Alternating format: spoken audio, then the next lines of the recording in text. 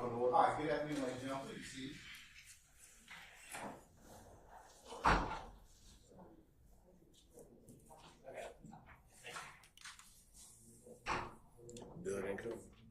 Does income right there?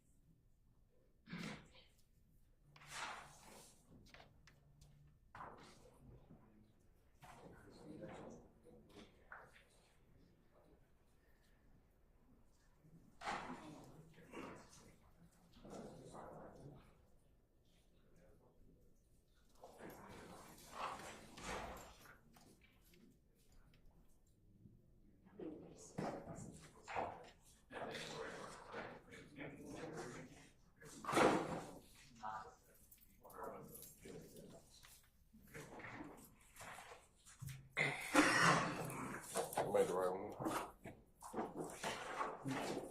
Bill.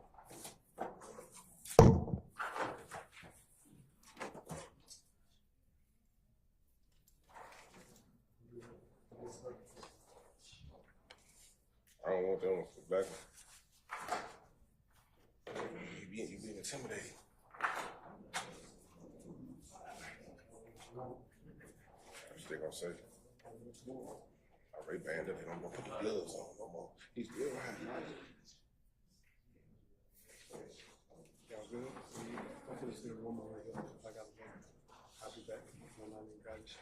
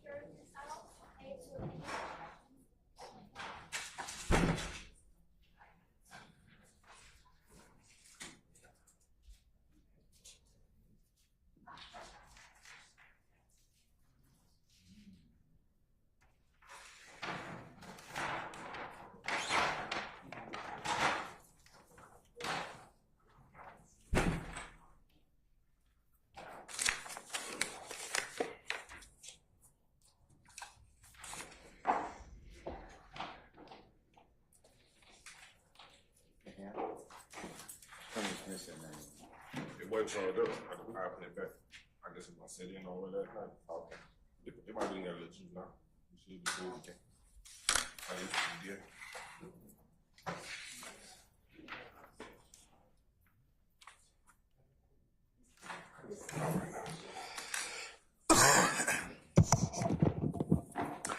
All right, good afternoon, council's interested parties. We're back on the record of the matter of the state of Georgia versus Cleve Adams et al. And 22 SC 183572. Mr. Stillwell, Mr. Botts, and Mr. Sharp. Good afternoon, gentlemen. All right, Mr. Williams, Mr. Steele, Mr. Adams, and Ms. Renard. Good afternoon. All right, Mr. Kendrick and Mr. App. Good afternoon. All right, Mr. Ewing and Mr. Matthews Jr. and Sr. Good afternoon. All right, Mr. Nichols, Ms. Westmoreland, Mr. Harvey. Good afternoon. Mr. Ryan and Misty Williams. Good afternoon. All right.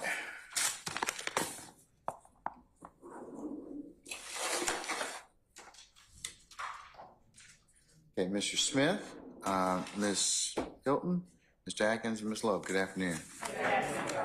All right.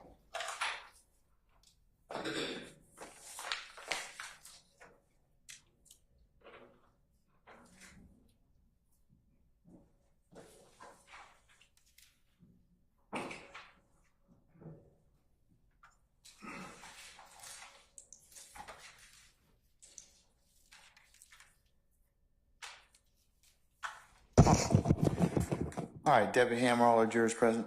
Yes, sir. Okay, all right. Anything I need to take up before we call our next witness? Your Honor, just wanted to know if the defense had an opportunity to look at the transcript and if they had any. Transcript on what, madam? The transcript that we provided yesterday for the jail call that was played, 175C.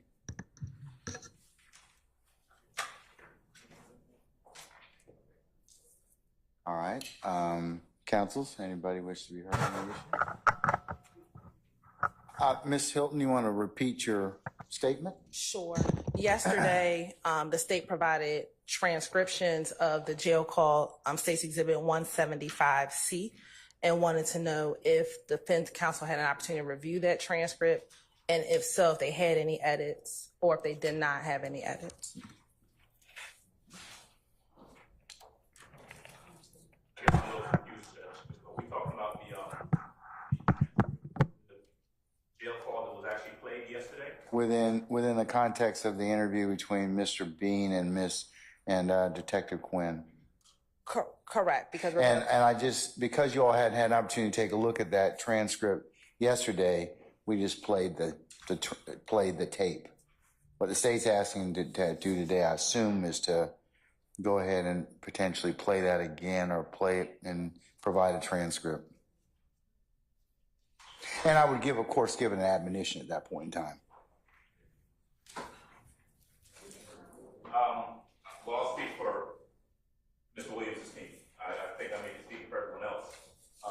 We haven't reviewed it just because we didn't think it was. Well, and since we played the tape. that's a you problem. Well, Because you had it since yesterday. I didn't play it yesterday. I didn't provide them the transcript yesterday because you didn't have time to review it. right, we played the tape. We played the recording. Yeah. And I think the court's position was, the recording's here. True, we haven't had an opportunity to review it, but we played the recording. So Okay. I don't think there was any indication on our position, on our part, that we need to readdress the issue of the transcripts. All right. Let me hear from this. Let me hear from the state on that particular issue. yes, Your Honor, I believe the court was going to either do one or two alternatives. The first alternative was to give 35 minutes or 30 minutes. I believe that was the request in order for defense counsel to review the transcript. And the alternative, we made a decision to play it without the transcript, with the thought that defense counsel would review it, because we do intend on using that call again and playing that call again. That's something that may or may not be addressed today, depending on how far we get with Detective Quinn. So it's something that could come up by Friday, but we would like defense counsel to review it. And if they have any edits, let us know, because the state would be intending to use that transcript. Okay. Mr. Adams, anything further? We'll go ahead and we'll review it. Okay. In the anticipation that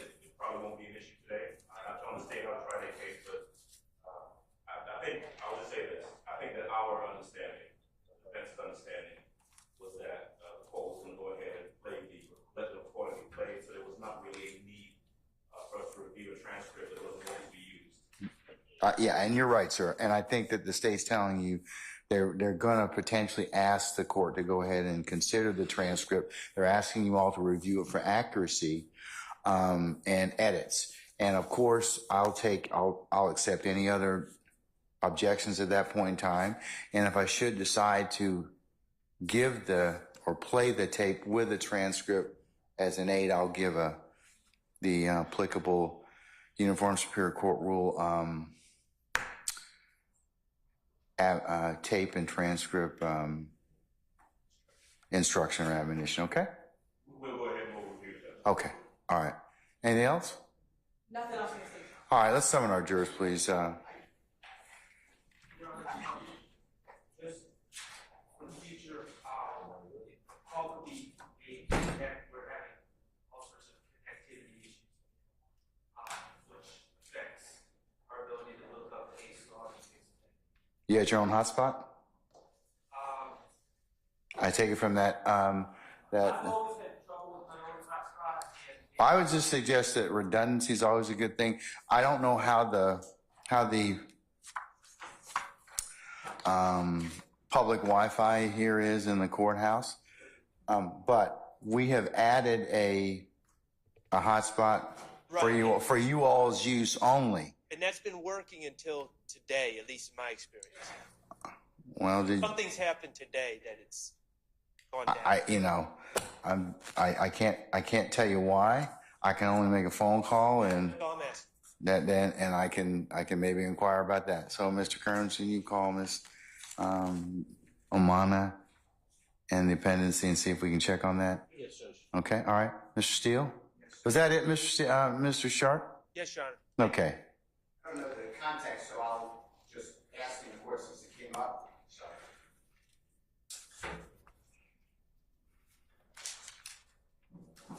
I said I don't apologize. I don't know the context, so I don't know the objection to be made. But replaying a recording that has been played already would, in my opinion, be cumulative, and none of the speakers are here. But again, I don't know why that would come up. Yeah, let's see what the state offers it for, and I think that's a little premature at this point in time. I was just answering because I heard you say any other objections. So. Oh, that's at the time that you all have have an opportunity to take a look at the transcript.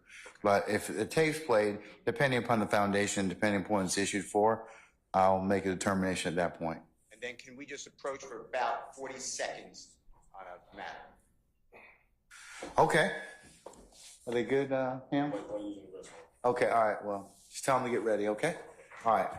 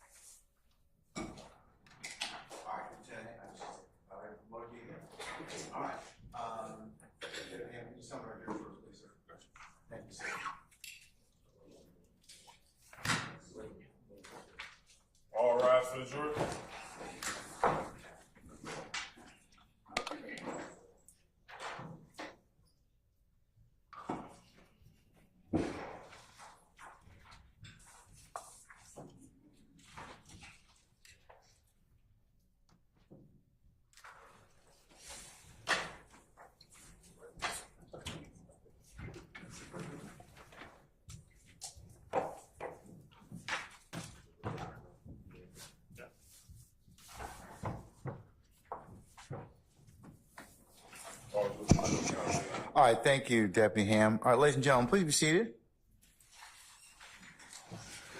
Members of the jury, good afternoon. Good afternoon. All right, sound good. Okay, ladies and gentlemen, without further delay, we're going to continue with the presentation of the state's case. So, ladies and sirs, I'll call you next witness. Thank you, Your Honor. The state calls retired Detective David Quinn. All right, summon Detective Quinn, please. All right, Detective Quinn, good afternoon, sir. Judge. Afternoon. All right, come on up to the witness stand, sir. And before you sit down, if you would be so kind and turn and face us, Deputy Ham, be sworn as a witness. Raise your hand.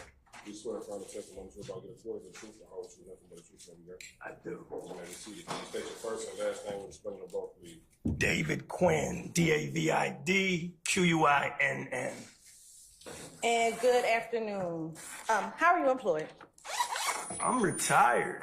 What are you retired from? The Atlanta Police Department. And how long have you been retired from the Atlanta Police Department? Fully since 2019. Okay.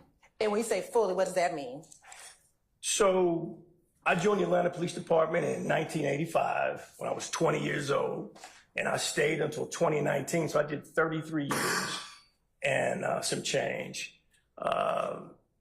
After that, I got into the true crime TV business, which is what I do now. Mm-hmm. And tell the jury a little bit about your time with the Atlanta Police Department over those 33 years. Again, I hit the street when I was about 21 years old, 1986, after having been hired at 20. And I went straight to Zone 3. I don't know, Zone 3 was back in those days, Southeast, Southwest Atlanta. I stayed there 10 years and probably the highest crime district in the city at that time. After those 10 years, I don't know why, somebody sent me to Bankhead and I went to the Zone 1 precinct and I worked there for another 5. In my 15th year, after working those high crime areas, somebody promoted me to detective, but they sent me straight to homicide, which sent me right back to those same neighborhoods in Zone 3 and Zone 1. It's like going home. So. And let's talk about your 10 years being in Zone 3. Did you have the occasion to patrol the entire Zone 3, or were you assigned to a particular section of Zone 3? Well, I was assigned Zone 3 A sector, which was that area around McDaniel Glen Housing Project, the Pittsburgh Civic League Apartments, Pryor Road, but there was a lot of bleed over. In other words, I wouldn't just work one specific area in the downtown Atlanta. I would also branch out as far as Gilbert Road, which is at the county line, to Clayton County. So it was the busiest precinct at the time. So you kind of scattered all over. Okay. And you said it briefly, as a homicide detective, did you unfortunately have the occasion to investigate homicides within the Zone 3 neighborhood? Absolutely, every month, usually. And based on your time in Zone 3, if you could describe the Zone 3 community for this jury. Zone 3 in community, from the time that I worked it in the mid 80s, all the way until I was an old man in, the mid 2000s. It's a rough, busy neighborhood, but there are pockets of diversity everywhere. You may have truck drivers, you have doctors, lawyers, but you also have the quote unquote marginalized communities are also in Zone 3. So it's a mix. It's not one thing. And based on your interaction of having different type of community members within Zone 3, how would you describe the residents of Zone 3? The who? The residents. The residents are hardworking people. I grew up out there with them. I feel like, I am Zone 3 because I saw so many different generations get raised up out there. And I feel like I was only 12, I was a boy. And when I left, I was a grandfather. So that was my life. Now, I'm going to take you back to your time as a detective in the homicide unit. If you could tell the jury, what were your primary job duties and responsibilities? When I went to homicide, I learned quickly that my responsibility was to investigate crimes that involved deaths at the hands of other humans. I had worked murder. That's primarily what I worked. I worked with about 18 other detectives, and we were in a rotation. Whereas you would catch a homicide, respond to it. You'd have about a month to work that case up. And once you've worked that case up, you would go down to the bottom of that homicide list. But you also they were giving us the responsibility to actually handle cases that involve special investigations. In particular, police officers' use of force, shooting people, anyone that dies in custody. We handle those investigations. And sometimes we even handle corruption investigations on the department if, in fact, there was some kind of conflict in internal affairs. So speaking specifically about having to do those special investigations, specifically the officer-involved investigations, what were your job duties and responsibilities for those type of investigations? Well, I had to investigate whether or not an officer had the legal authority to use his gun in a deadly way. I investigated deadly force. And to your knowledge, is that responsibility of investigating officer-involved shootings still the responsibility of the homicide unit? You know, when I was on the way out, it changed gears. They decided to let the Georgia Bureau of Investigation handle those shootings. I guess they didn't want the actual agency to investigate itself. Somebody say something? I did, Your Honor. I said objection, speculation. I will objection. When you are assigned as when you are assigned an officer-involved shooting, if there is an underlying crime that occurred before the officer-involved shooting, do you investigate both the underlying crime and the officer-involved shooting, or are those two separate investigations? No, you have to work both. You've got to understand the reason why the officer was there in the first place, why he pulled his gun, why he used deadly force. Sometimes it's not involving a weapon. Sometimes it's physical force. So you must also investigate that crime as well. Now, in your experience as an investigator, do all investigators investigate cases the same way? Oh, no. It's just like any other walk of life. I mean, everyone has their own style. And usually your style comes from how you carry yourself in the street and your experience out there with the citizens, in this case, the citizens of Fulton County, City of Atlanta. Tell us a little bit about your investigative style. Everybody calls me old school. I overrule the objection, Mr. Steele. I am Atlanta, and I feel like every case I work is a story, and I've got to report back, the information from that story. I always say when I work my investigations, I want to have on a belt and suspenders. I want to make sure I got everything. And sometimes, commanders and supervisors don't like that. I mean, I take my time, slow and methodical, with how I work my cases. I don't move very fast. Faces. I overrule the objection, Mr. Sharp. Thank you. You could say. That's pretty much it. I just try to keep, you don't get all the answers when you're working investigations like they do on TV. But what you do is you try to get as much as you can, and you miss things. I miss things on every investigation. And so you have to take your time to make sure you have it right. When you're conducting an investigation, generally, what type of evidence are you looking for, say for your homicide cases? What type of evidence do you want, are you trying to gather as a part of your investigation? I mean, first and foremost, I want eyewitnesses. I want humans to give information that could lead to some kind of inroads in closing this case. As I got older in the department, technology became a useful tool. We've always had fingerprints. You want fingerprints. DNA became a really big deal around 2002. I've watched everything change, but I always, with any kind of testimony that I receive from a witness, I want to get something to back it up, something tangible that'll vouch for this person that's an eyewitness seeing something. But I really like eyewitness evidence. A lot of people don't, but I do, because the community, that is the witness. Now, in your time as a homicide detective, have you had the occasion to interview suspects? Absolutely. And tell the jury a little bit about your interview style. I try to keep my interviews. Objection, relevance. Overrule, Mr. Sharp. Have a seat. I try to have conversations. I mean, from these conversations, I try to have them make sense. I don't want it to be overbearing. Sometimes those conversations, those interviews can get heated, but you wanna build some kind of rapport with the person, whether it be a witness or a suspect, and make sure you're getting good information. Do you have an objection, Mr. Steele? What's the basis? All right, come on up.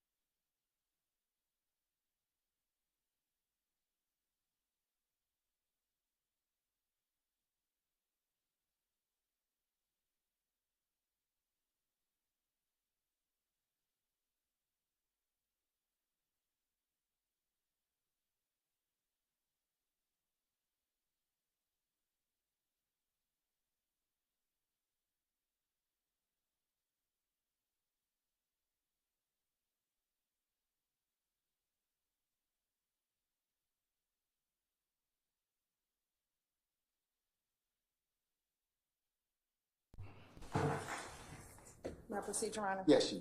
Let me ask you this, Detective Flynn. Over the course of your 30 years, how many people have you interviewed? Just roughly. I mean, thousands. I mean, I can't put a number on that. Okay. And you talked a few moments ago about building rapport. Tell the jury, why is it important to build rapport? You don't want your interview to be adversarial. You want people to be calm and give you truthful testimony that you can verify later. Mr. Steele, you got to pose an objection, and then you got to tell me a basis. Because selling your honor doesn't let Ms. Weaver know who you are. So please go ahead and objection and tell me your basis. I have a motion. I have a motion. All right, ladies and gentlemen of the jury, can I get you to step into your headquarters for just a second? Detective, can I get you to step outside for a minute?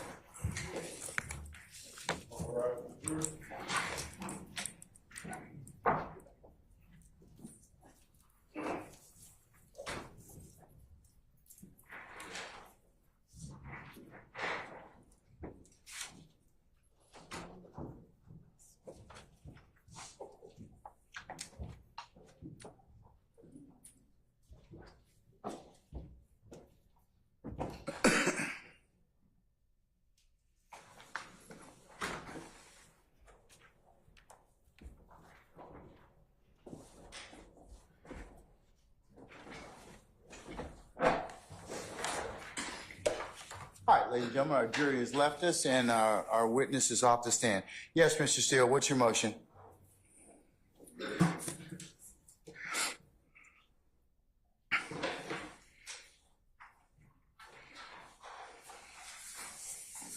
Your Honor, I tried to preempt it at the bench. It's exactly what I asked. And I'll wait for Ms. Weaver if the court needs it for the exact quote.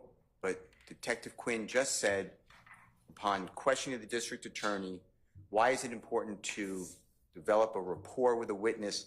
And the answer was something to the effect of, to get truthful information. No witness can talk about veracity or truthfulness or believability of anybody.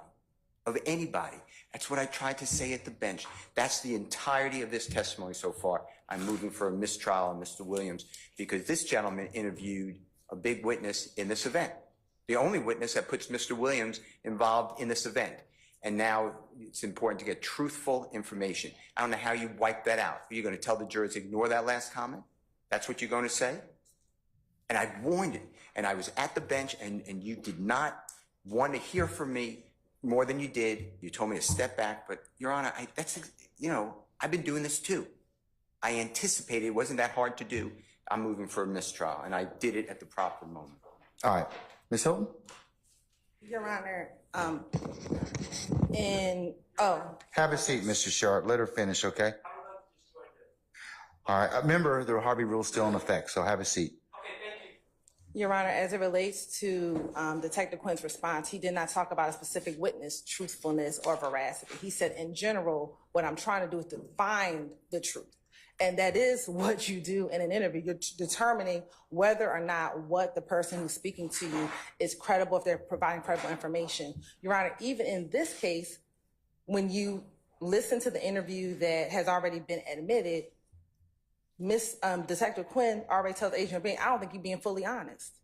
So he's not talking about the veracity of any one witness. He hasn't even talked about any witnesses yet. So for defense counsel to deem or ask for a mistrial at this juncture, given this testimony, we're going to ask for you to deny. All right.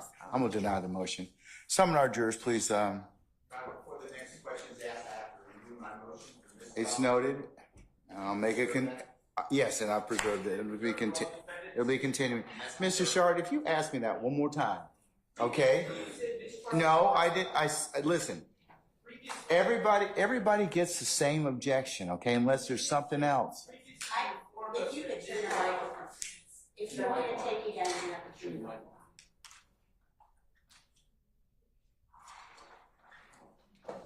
Your Honor, previously you informed all defense counsel that motions for mistrial were not subject to the Harvey Rule. No, I didn't. That's why I'm doing this. No, I If you didn't. tell me that motions for mistrial are now subject to the Harvey Rule, and that's on the record. I don't recall my saying that they were not. So Respectfully, I recall that, but I will just rely on the Harvey Rule from now on, if that's clear for the I'll record. assume it for everybody then, unless you opt out. Thank you, Your Honor. And Judge, just in case there's any confusion about the prior testimony or prior arguments that were made for motion in this trial, my understanding from the court's ruling today is that it applies to all defendants. Yes. Thank you. All right. Summon our jurors, please, sir.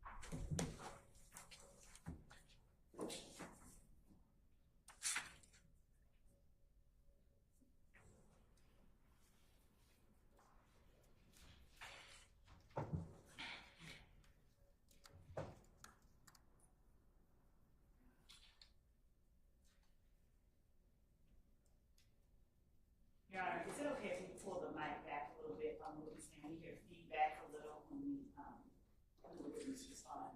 I don't want you touching my microphone I will not because that's the exclusive purview of Miss Weaver. Okay. So I think there's a little feedback. it's okay with her, then you have carte blanche. But short of that, leave it alone.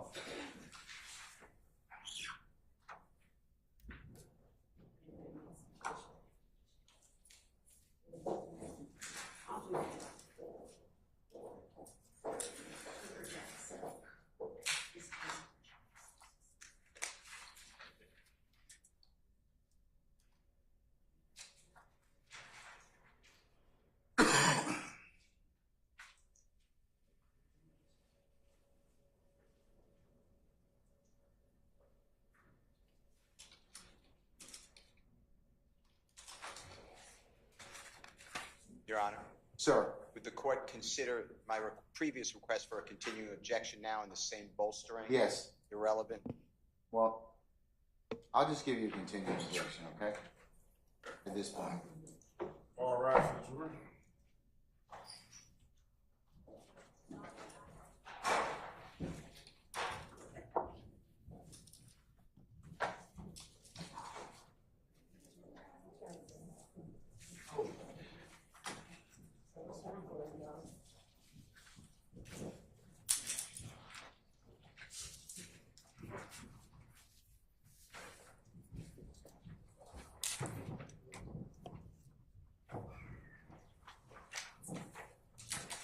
To the President of California. All right. Thank you, Deputy Ham. Ladies and gentlemen, please be seated. All right, you may continue your examination, madam. Thank you, Your Honor. Detective Quinn, in your interviews with citizens or with suspects or residents of the community, do you curse or use language that some may deem offensive? I would think, yeah, my mother in particular. And is that just your style of talk and speech? Yeah, I mean, that's just how I talk. And I think it's more like the vernacular of the area that I worked in all those years. I want to direct your attention to September 11th, 2013. Were you assigned to the homicide unit? I was. And did you have the occasion to respond to 2745 Old Hateville Road, Atlanta, Georgia, Fulton County? I did. And did you arrive with other officers? I did. Okay. Do you recall now who you arrived with? Well, I was riding alone, but other homicide detectives went to that scene. You had Detective Vince Velasquez, who's my longtime partner. You had Detective Summer Benton, my super. Is that me?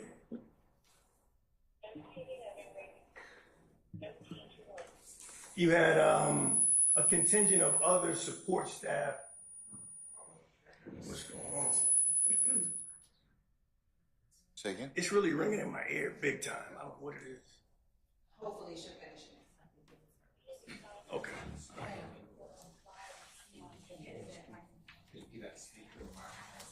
That's a flow.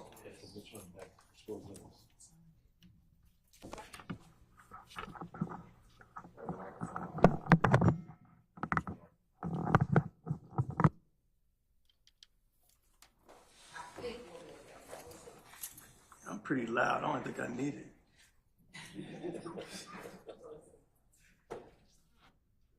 About what time did you arrive at that location? I got there about 12:30 in the afternoon. And what was the temperature and weather like that day? It was hot.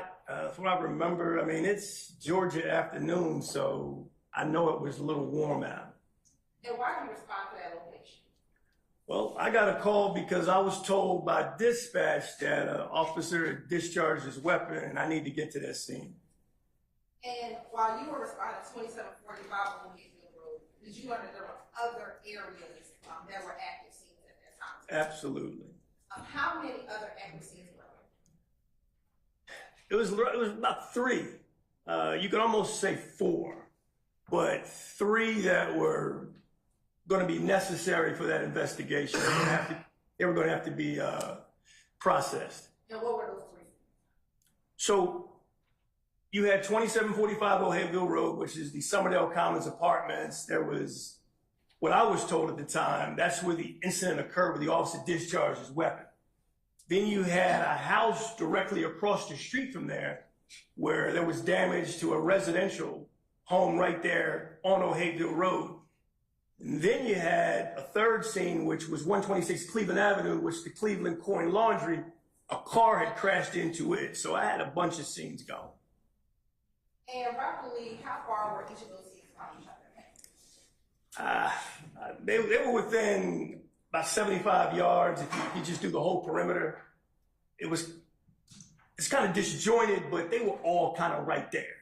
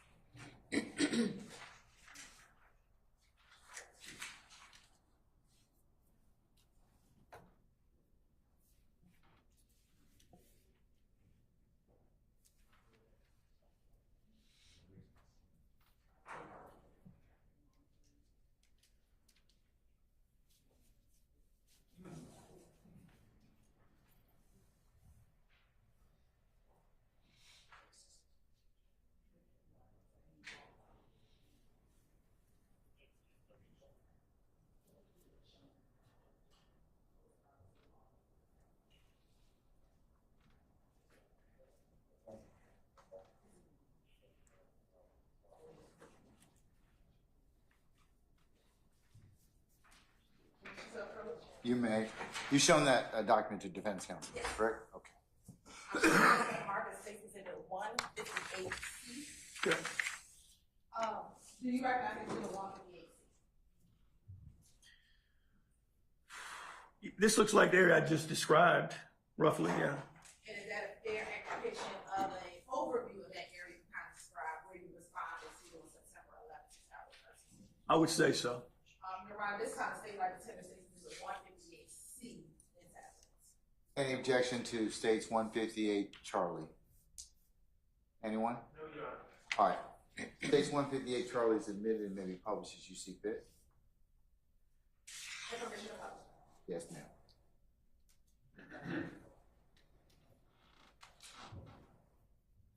And looking at 158,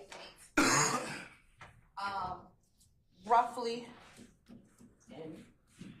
you can either do one or two things. You do old school, like you like to say old school and point, or you can use that computer. I'll let you decide. Oh, wow. Okay. I think I'll do the finger action over here. Okay. So if you can click to the left, you should pop open to the bottom. Just tap the screen. All right. Oh, wow.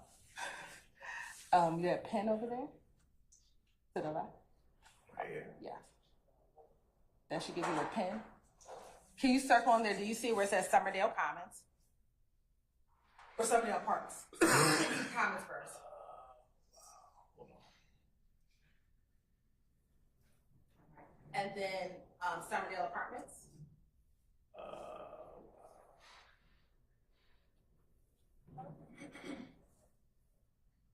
And on here where it says the Skyline Laundromat. Okay. Are those the three, roughly the three areas that you just kind of described for where you, those three active scenes from? Yes, ma'am. All right.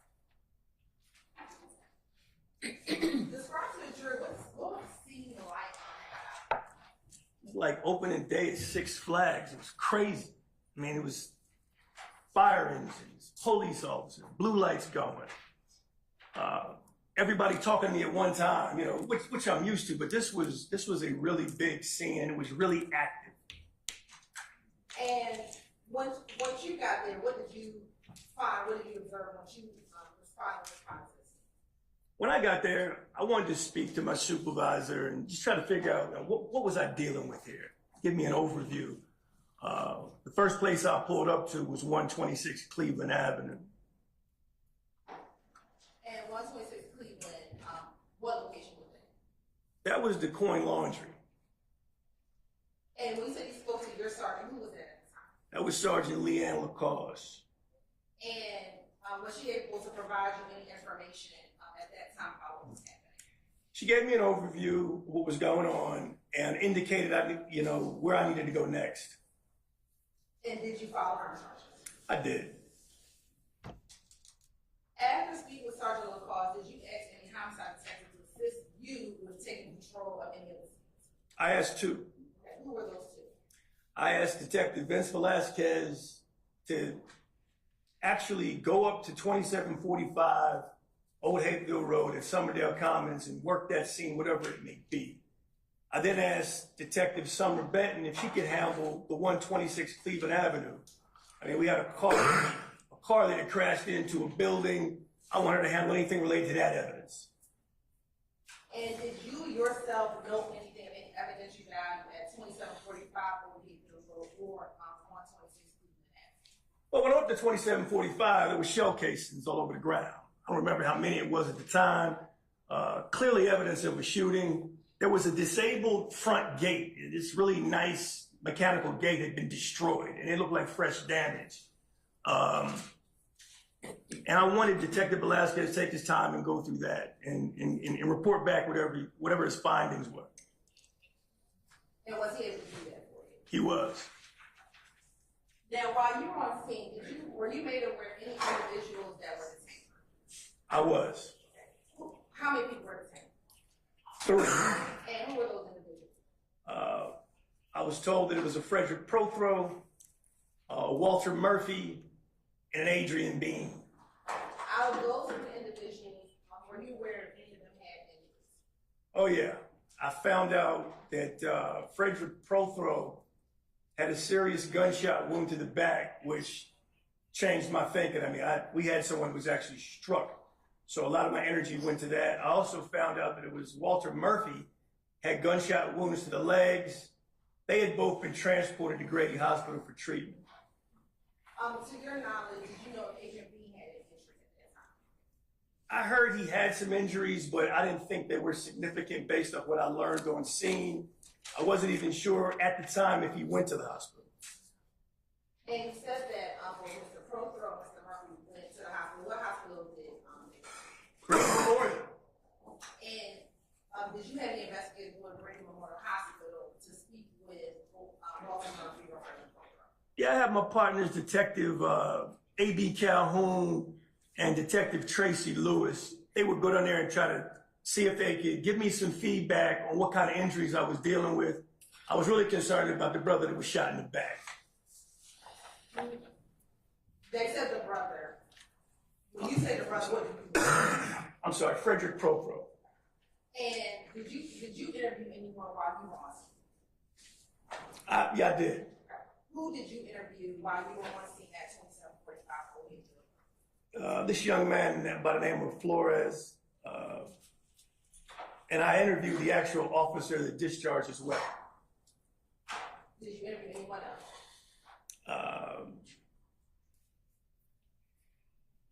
I actually interviewed. I didn't really interview, but I actually there was a young man by the name of Skateboard. Did you remember his? Did you ever learn his actual name? Brian Taylor Ransom is what I found out his name was. When you met with Investigator Robertson L., do you remember where you actually met with him? So because this was a major scene, they pulled out all the stops. They brought out what's called the mobile command vehicle. This is an air-conditioned camper where they put the officer that's been involved in the shooting away from everyone. And when I walked into the camper, this mobile crime unit, he's in there with his lawyer. So I was, his union lawyer, the officer. And was he able to provide you information that assisted or helped you with your investigation? He gave me some understanding as to why he discharged his weapon. We agreed on scene that he would come back the next day with his attorney and give a formal statement at the homicide office. And after speaking with President Wilson L., did you determine if there was an underlying crime that you need to investigate, and was it determined if he was justified in firing his weapon? There was a shooting that prompted Detective Robertson L. to discharge his weapon, as he told me. At that time, it was only an aggravated assault type investigation. We didn't know what else it may entail, but he responded to gunfire on a citizen. You said you spoke with someone named Flores. Does the name Eduardo now Flores sound familiar? That sounds correct. How were you first made aware of this? Sergeant Leanne Lacoste told me that. I'm sorry, That was Mr. Steele. Yes. Application cause. were you made? Oh, I'll sustain the objection.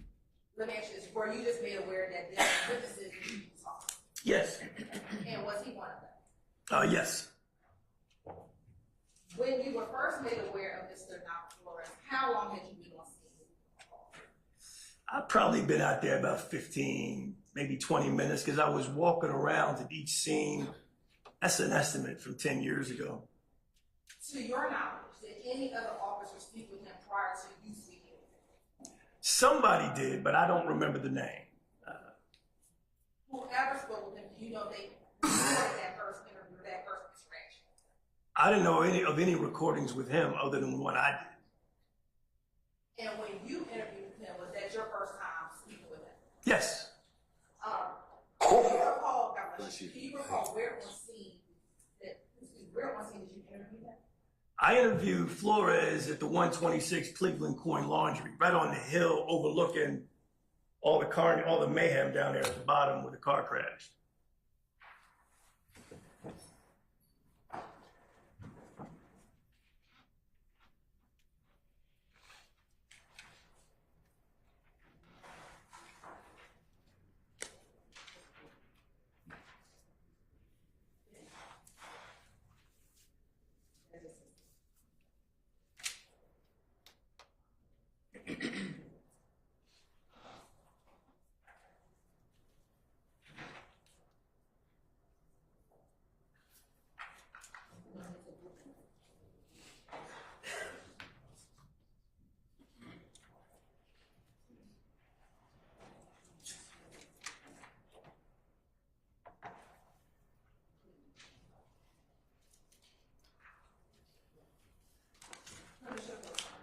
You may, as long as you've shown that to the defense counsel already. Yes, I'm showing you what's been marked as Stacy Exhibit 159C.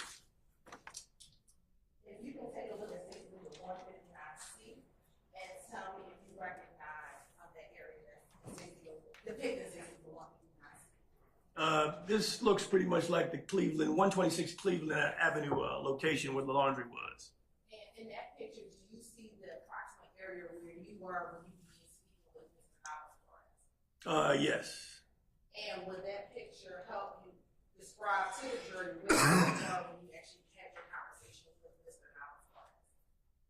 So I'm between this white utility box in the picture and the driveway in that area. So looking. We'll help. Oh yeah.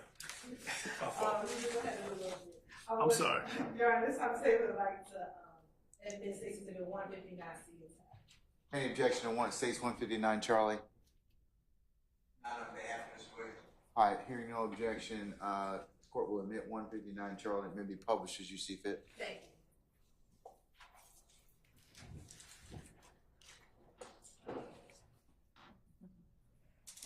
And because you should be able to erase those circles, so when the next picture comes up, I'm probably have to go back to the stick. That confused me. Where's the stick at? right here. All right. Yeah, this is better. Okay. Now, if you could go ahead and just tell the jury what you were referencing about where you were when you had that conversation with Mr. Flores. I'm in this area right around here where this cracked sidewalk is and this utility box. And when you met with him, did he approach you or did you approach him? He approached me. He came up to that scene. I mean, everything was cordoned off. And some kind of way he got into the scene. Someone had to have escorted him because you couldn't just walk in. Everything was wrapped up. You couldn't do nothing on Cleveland in 75 that day. Was your interview?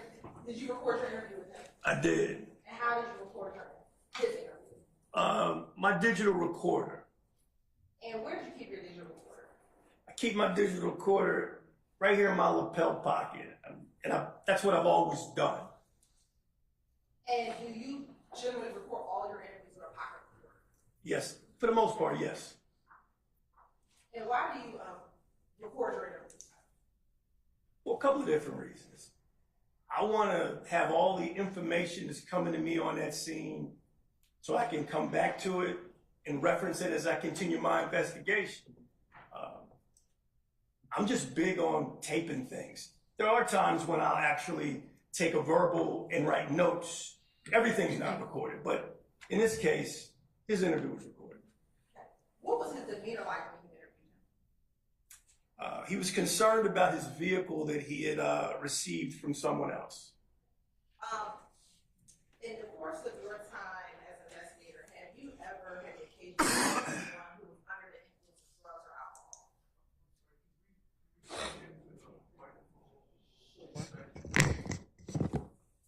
As an investigator, have you ever had the occasion to interview anyone who was under the influence of drugs or alcohol? I mean, throughout my career, almost every day. Okay. Did Mr. Nava Flores appear to be under the influence of any drugs or alcohol when you met with him? Not at all. He was clean.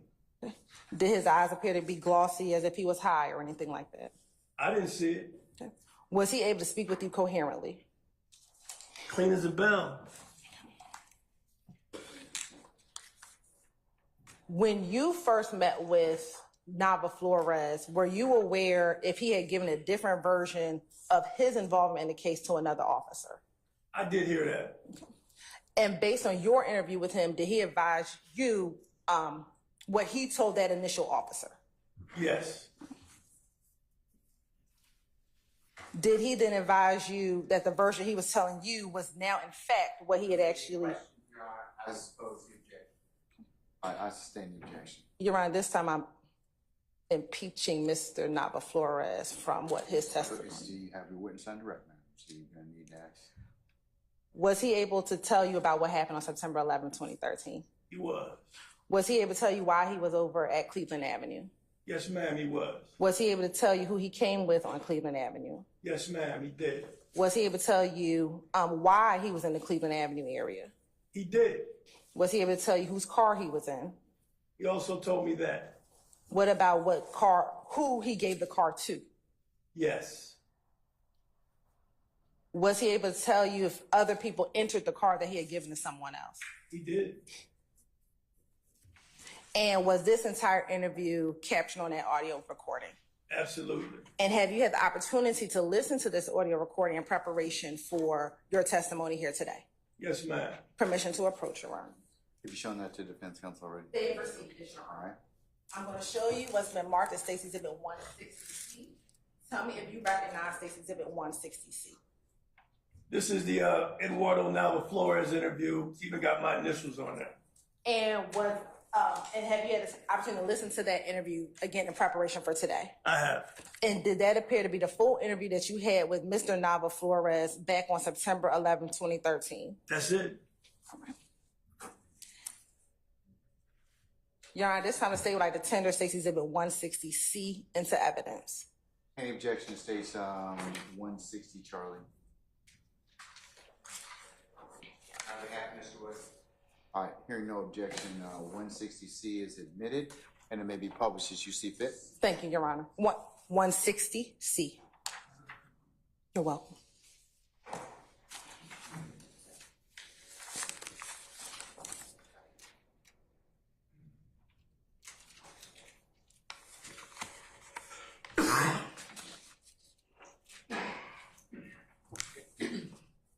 This Detective D. Quinn, the date is the 11th day of September 2013.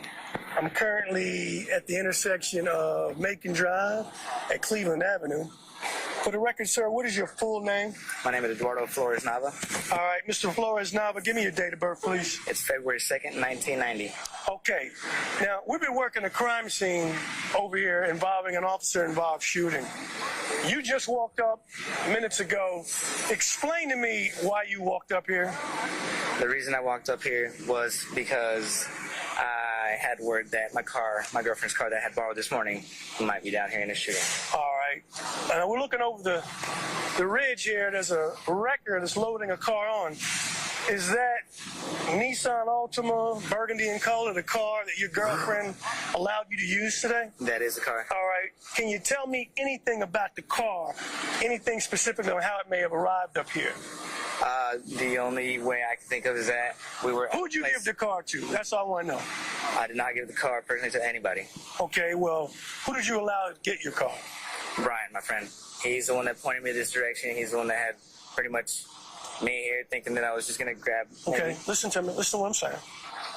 Brian has told us that some guy asked to borrow the car. You let him borrow the car. If we keep going around this circle, we're going to have a long night. Let's have a short night. I'd like to go home and get a cold Peroni later on, after this is all over. So tell me and describe the person, if it's true, you lent the car to. Right. That's all I want, so we can let you go. I don't want to interrogate you and do the hot lamps and all that shit. Right. Let's get it done now, brother. Right. I got pointed this direction. I was lost. I actually do not know any of these streets' names whatsoever. I buy that. Right. And he was pointing me in directions. I trusted him with the car. He said, "Can I borrow your car?" Yeah. I let him borrow the car. Brian. You let Brian borrow. Where are you when you let Brian borrow your car? I have just exited the door at what direction that the officer just... Now, Sergeant Swartz just took you down to 2233 Macon Drive. Is that where you were when your car disappeared? That's where I was when I was disappeared. I was in the car. Who did you give the keys to? Brian.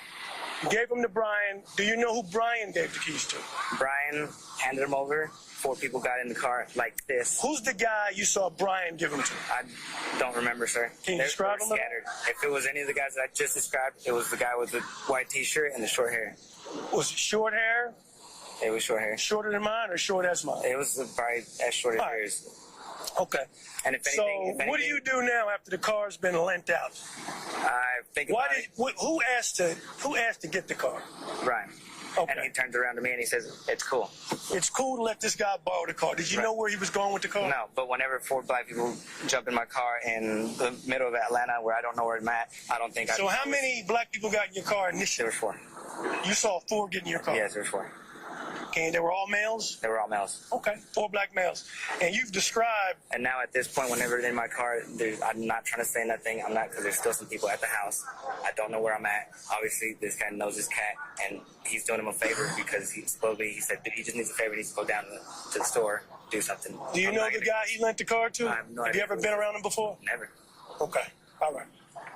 Anything else anything else in that first statement that you'd like to clear up now that we're here? Yes, Anything else? that the gas station was just somewhere where he was looping me around, saying that we might find it. So you never went in a gas station? Never went in a gas station. You only went to 2233 Macon? Right. After that, from the gas station, he pointed me to 22 Macon, pulled up, got out of the car. He started talking to him. I kept myself because I don't know these cats. Did you see any firearms at all during this exchange of the vehicle? I did not. If I would have probably seen some firearms, I would have told them from those 20 minutes that we sat there waiting for the car to get back, I would have told them, look, fuck that. Why is there cops rolling by this house now? Because it wasn't but 4 or 5 minutes after that the cops were just barreling down that road. Gotcha. And the guys that were there didn't say nothing, but they had this look in their eye like, you know, and they looked at each other. And to me, it was just like a gut feeling. So what prompted you to leave to come up here to Old Hateville? Someone rolled by and said, "What the fuck happened? Something just happened. They got the whole road blocked off." Blah, blah. And then they started honking at them. They left, and I said, "What?" And then they started calling. They're like, hold on, we don't know about this. We don't know about this. And they just said, like, yo, we have no idea if it's even our people or what. Okay. You came up to investigate. You see your girlfriend's car that was just taken. I was walking and I couldn't find my way all the way up here because every cop that I saw, the only way I could find it is follow cop lights. Okay. And that's how I got here. I just want your buddy And since I was here, the only reason I was saying that is because he said, look, we went to the gas station, and I'm like, look, I don't want you to get your buddies in trouble, or I don't know what kind of connection we got down here. I'm going to tell them that we were at the gas station, this is what happened, we left. All right. But this is the absolute truth, this second interview, right? The second interview is okay. We're done, man. It's that simple. All right, ending time is 2:32 in the p.m., 9/11/2013. And was that the entirety of your interview with Mr. And I said Nava Flores incorrectly, Mr. Flores Nava? Yes, ma'am, it was. And after this interview with Mr. Flora Naves, did you have any additional interviews with him? I did not. And was this your only recorded interview with him? Absolutely. At any point, have you ever erased any part of this interview regarding Mr. Flores Nava? Not at all. Now, I want to go back to State's Exhibit 159C.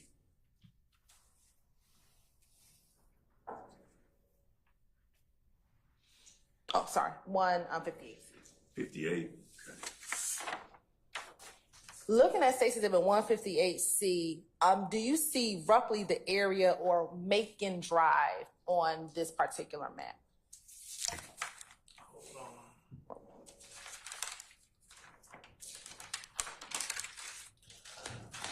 Right up in this area up here.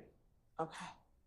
And roughly, not that you knew exactly where he walked from, but is that roughly that area of Macon Drive where 2233 or 2233 Macon Drive was, roughly over in that Macon Drive area? Yeah, give or take. I mean, it's probably a block or two down from where you got the blue dots. Okay. Block or two, which way? Not a block or two. I guess headed towards, was that Mel Burton? Would have been maybe in the middle of the road down there.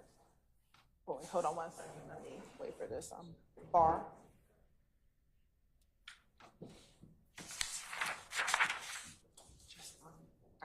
If you could show us again roughly where. I would say in this area here somewhere. Okay. And on the same day, on September 11, 2013, did you also have the occasion to interview Brian Ransom? I did. And was he able to provide you information that assisted with your investigation? He was able to, yes. All right.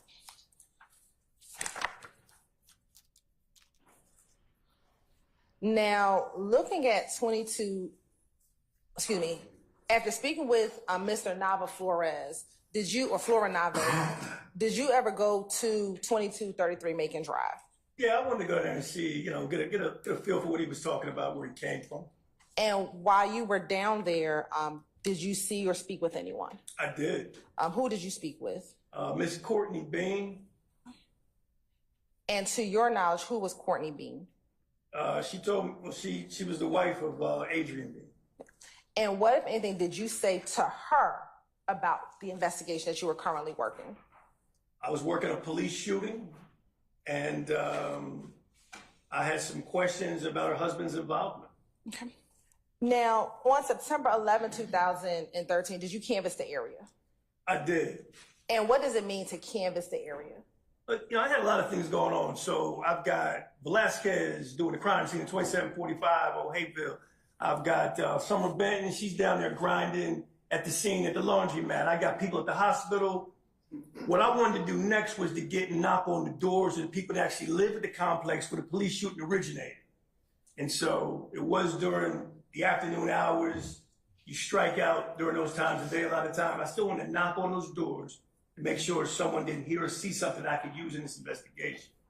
And after canvassing the area, did you get any information that assisted you with your investigation?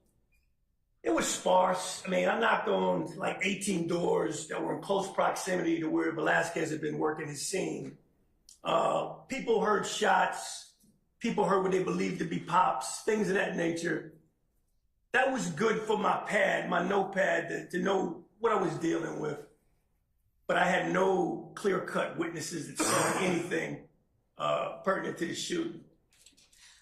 Now, after canvassing the area and speaking to witnesses, did you inspect any of the vehicles that were involved in the shooting? I did a visual inspection of that burgundy Nissan that was rammed into the laundromat.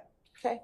And did you see anything of note or of evidentiary value within those vehicles? Within that vehicle, excuse me. Yeah, this burgundy Nissan that crashed into the laundromat. Because I got a detective on it, I was doing a quick peek. I saw a firearm in the front passenger floorboard area. I saw 2 more automatic firearms in the back seat right behind the driver and the floorboard.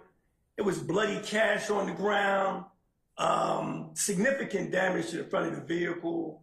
And so at that point, I was going to rely on my detective, Benton in this case, just to kind of give a deep dive into that scene, and she would get back to me.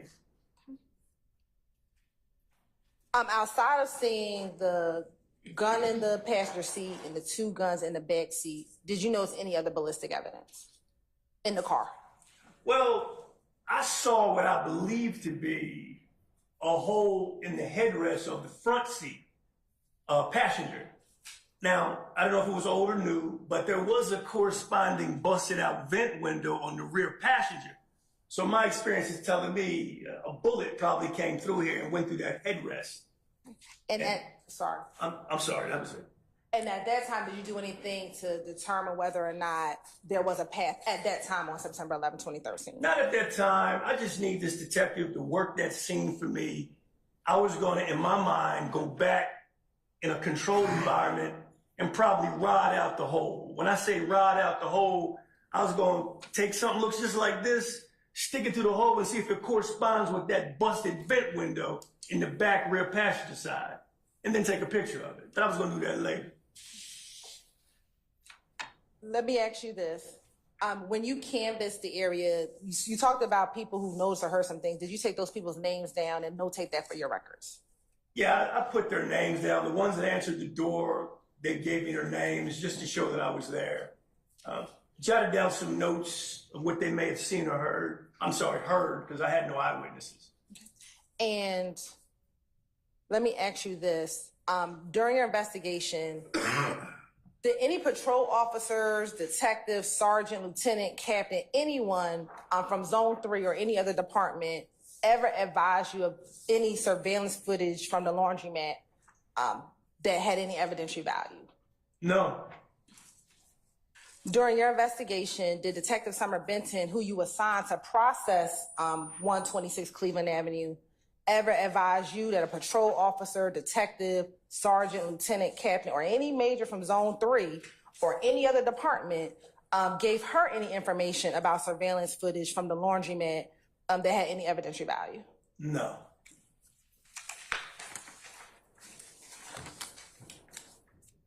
Now, after going to the scene and interviewing individuals at the scene, did you ever interview anyone else not at the scene? Yes. Who? Derek Dotson. Where did you interview Derek Dotson? I did it at the homicide office that same day. And what was his demeanor when you interviewed him? He was lucid. He was clear.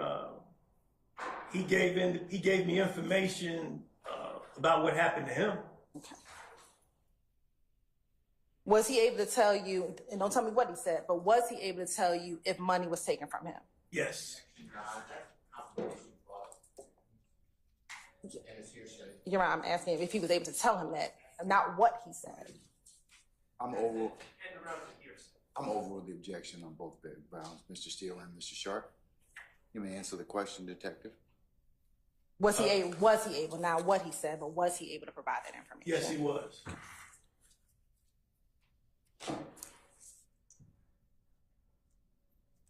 When you interviewed Derek Dotson, to your knowledge, did Detective A.B. Calhoun observe that interview? Yes, he did. With Detective Calhoun, to your knowledge, was he responsible with inventorying that money that you said was found on the ground outside of that red car? He was. Okay. And after you spoke with Derek Dotson, was Investigator Calhoun able to tell you how much money he inventoried? Yes. How much money did he inventory? $970 cash. And your Honor, Detective Calhoun did testify previously.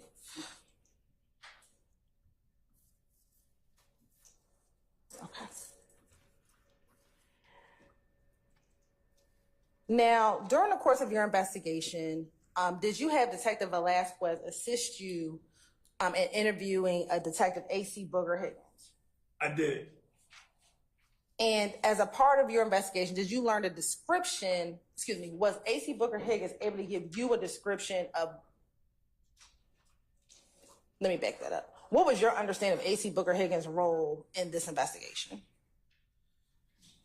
Her role was, she was in the car occupied by Detective Roberson L., who was a front seat passenger, and another detective by the name of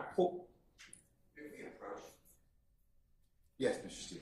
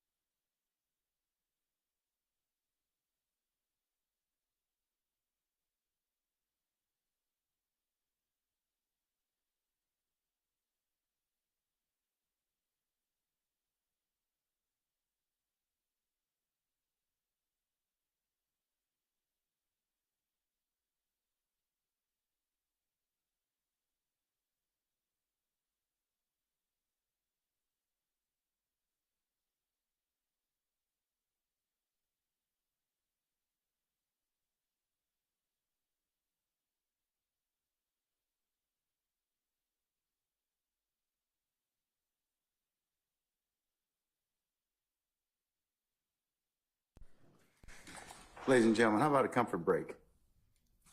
Let's take about 10 minutes, and Detective Quinn will go ahead and let you take a comfort break as well. Don't discuss testimony of anybody except the attorneys in this case. Ladies and gentlemen, we'll see you back in 10 minutes. All rise. All right, for sure.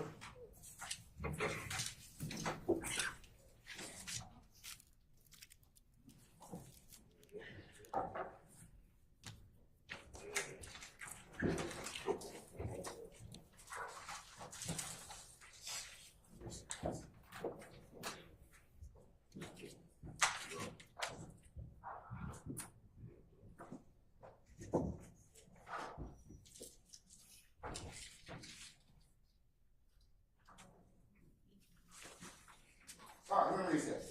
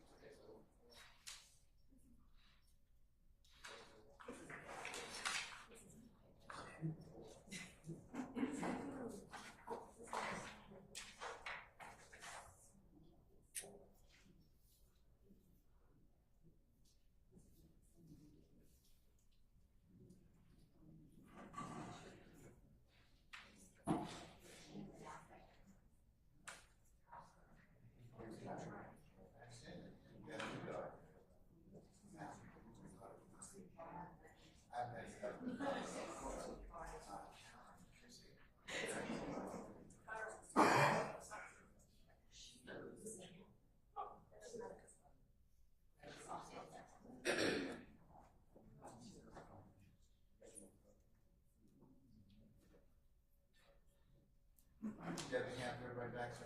Yes, sir. All right, all jurors, Yes, sir. ready? All right. All right, some of yours.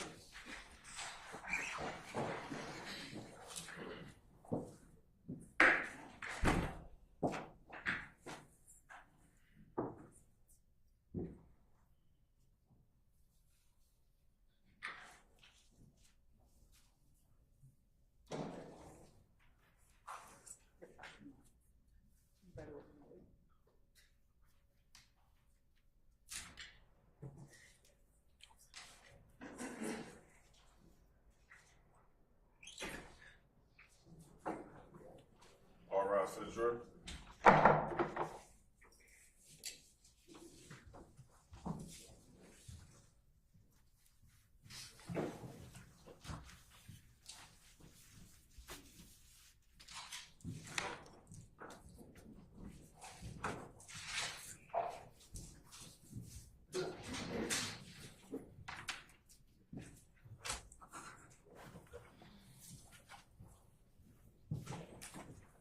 All jury present and competent. All right, thank you, Deputy. Ladies and gentlemen, please be seated. Thank you, Your Honor. Detective Quinn, when we left off, we were getting ready to speak about Detective Booker Higgins, but before I do that, I'm going to show you what's already been admitted as State's Exhibit 108C. When we reference Derek Dotson, that's the individual that you met with at the homicide unit. Yes, Well, minus the black spring across his face. I recognize. Okay. Now, going back to Detective Booker Higgins, what was your understanding of her involvement in this case? She was on scene at the time when Detective Robinson discharged his firearm. Right. And when you had Detective Velasquez speak with Booker Higgins, did she provide a description of a driver of the vehicle that was involved in this incident? She did, yes. Okay. And what was the description that was given? What was the description that was given? She gave a description. Yep. Your Honor, Detective Booker Higgins has already testified, so it's not here. Said it was a. I overrule the objection, sir. I overrule the objection. Thank you, Your Honor. Go ahead, what was the, She said it was a female driver. okay. And did that female driver have any particular hair color? I think she said pink. I'm not really sure. I can't remember exactly. But Now, at this point in your investigation, were you now looking for a woman as a part of this underlying assault that you were investigating? absolutely. Now, during the course of your investigation, did you also have the occasion to interview a Leonard Pass? I did. And was he able to give you information that assisted with your investigation? He did.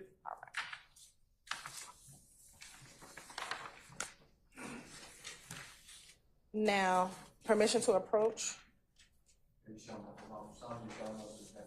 Yes, they should have seen these already in discovery. And I believe I sent them to them previously, Your Honor.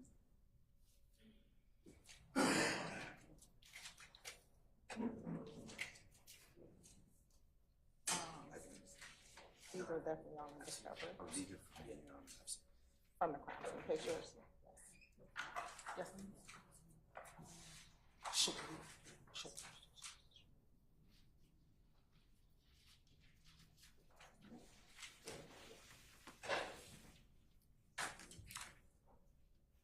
I'm going to show you what the mark 6 is in 111 and 112C. Do you recognize Exhibit 111 and 112C? I do. And how do you recognize Exhibit 111 and 112C? That's the area that I had a photograph. I had a crime scene tech come out and take pictures. That's my left hand pointing to a little dot on the ground there. And is that a fair, accurate depiction of the image or the area that you had a crime scene take a picture of back in September of 2013? Yes, ma'am. Your Honor, this time to say what I turned Exhibit 110 and 111 into evidence.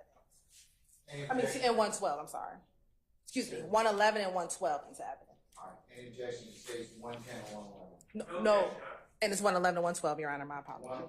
Stage 111 and 112? Yes, All right, stage 111 and 112 were admitted and published. thank you, Your Honor. You can publish. I'm going to actually first start with what has already been admitted, Exhibit 110C.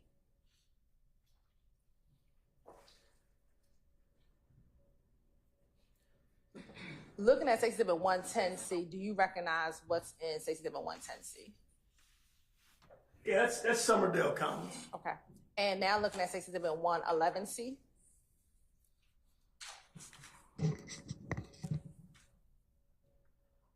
And looking at 112C. Is that your hand that you were just referencing that's pointing at something in the ground? That's me. Yeah. What exactly were you pointing at the That ground? was what was believed to be impact from a projectile from a gun, a bullet. Now, during the course of your investigation, did you ever attempt to speak with yourself, either Frederick Prothrow and Walter Murphy? Yes. And were you able to speak with them? No. During the course of your investigation, did you ever meet with the owner of the red car that was used in the armed robbery? Yes. And if you can recall, about when in your investigation did you meet with her? I know it was a couple of weeks after, I'm going to say the latter part of September 24th or 25th, maybe. Okay. And I said her, do you recall what her name was? Maricela Cisneros. And was she able to tell you information about her vehicle? Was she able to give you information about her vehicle, specifically who she had let borrow her car? She was. Now, during the course of your investigation, I think you talked about earlier going to do the rodding of the vehicle. Yes, ma'am. Right. Did you ever actually do that with the car? I did. And when did you do that? Do you recall? I don't remember the date. I know it was within the week. I had the car sent to what's called the homicide cage, a protected area we put vehicles in for further processing. My goal was to understand that hole in that passenger side front seat headrest. Did you, when you processed the vehicle, did you, or did the rotting in the vehicle, did you find any shell casings within that vehicle? I did not. Mr. Steele?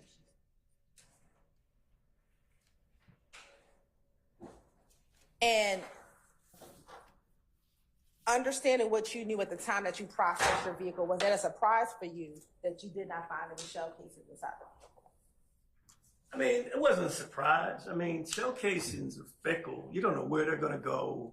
You don't always find them. Okay. In a moment, I'll be showing some pictures that I've already shown the defense counsel, but I'm re-showing to them again.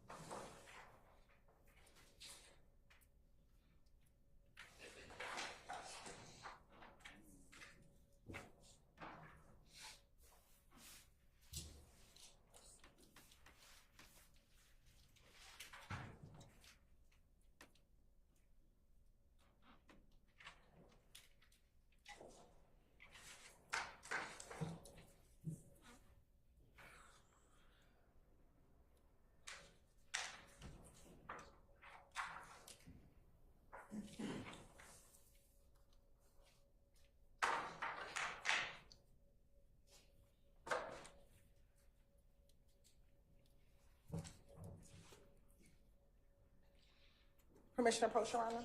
You may now. I'm going to show you what's already been shown the defense counsel, section 161 through 174C. You can take a moment and look through 161 through 174C.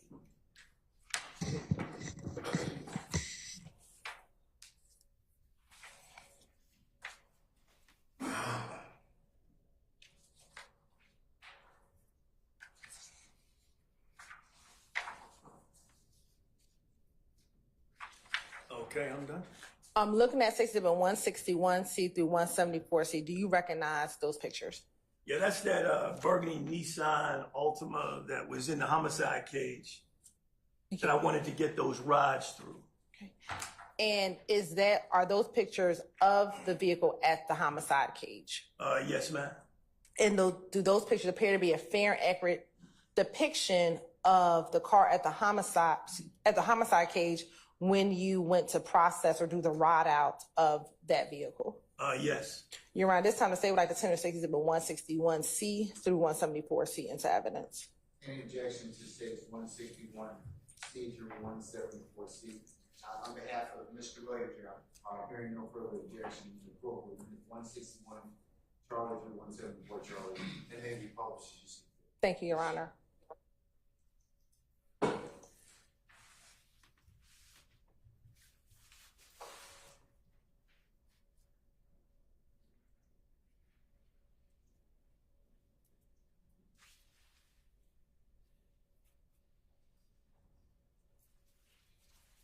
Looking at State's Exhibit 161C, if you could just orient the jury as to what we're looking at in State's Exhibit 161C.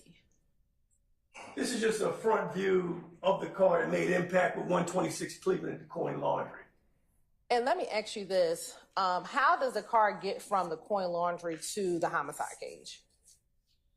A wrecker, a city contracted wrecker service.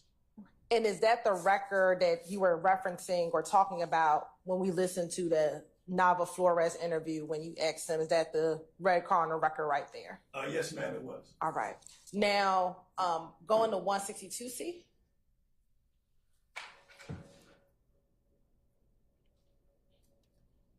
Is that appear just to be another angle of the vehicle inside the home? What's in Safety Exhibit 162C? Oh, it's just the front end view of where that vehicle made impact with the laundromat. All right. 163?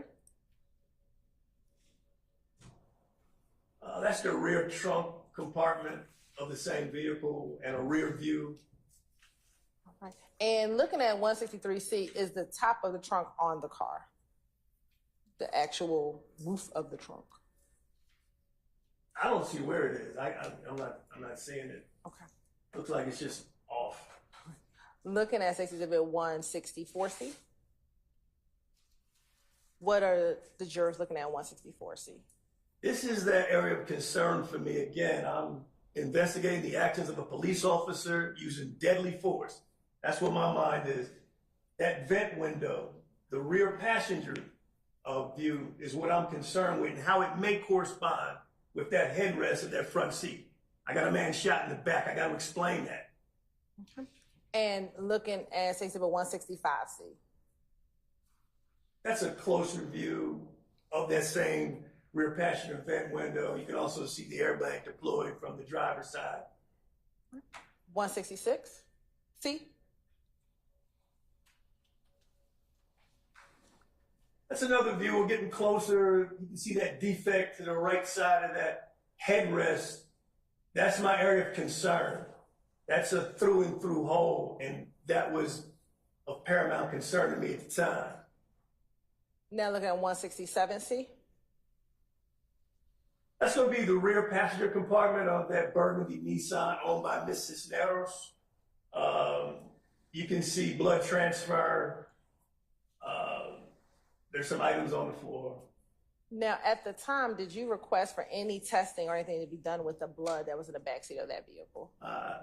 Not the blood, no. Why not? I didn't think it was. I mean, I knew I had a shot person in the back seat, so I wasn't going to send off to the GBI to make sure that was blood. I mean, they don't, you know. Anyway. All right. 168C. What are we looking at 168C? Well, this is a very rudimentary, not very scientific. It's just a brother taking the stick. That's all I did, and running it through that hole because I'm trying to tell this story. I'm working this deadly force case. And I want to make sure that was going to be a path of a possible bullet fired by the Atlanta police. And at the time when you're doing this, did you have information of the officer shooting into or in the direction of the vehicle? Based off his statement, the way he broke it down, I had pretty good idea exactly what happened.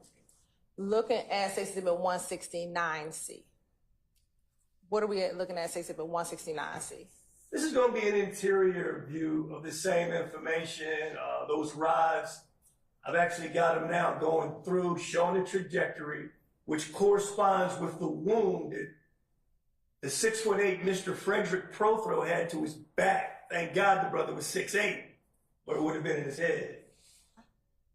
And outside of that bullet hole in the vehicle, did you notice any other bullet holes within the vehicle? I did not. Okay. Looking at Safety Exhibit 170C. It's another closer view showing the trajectory.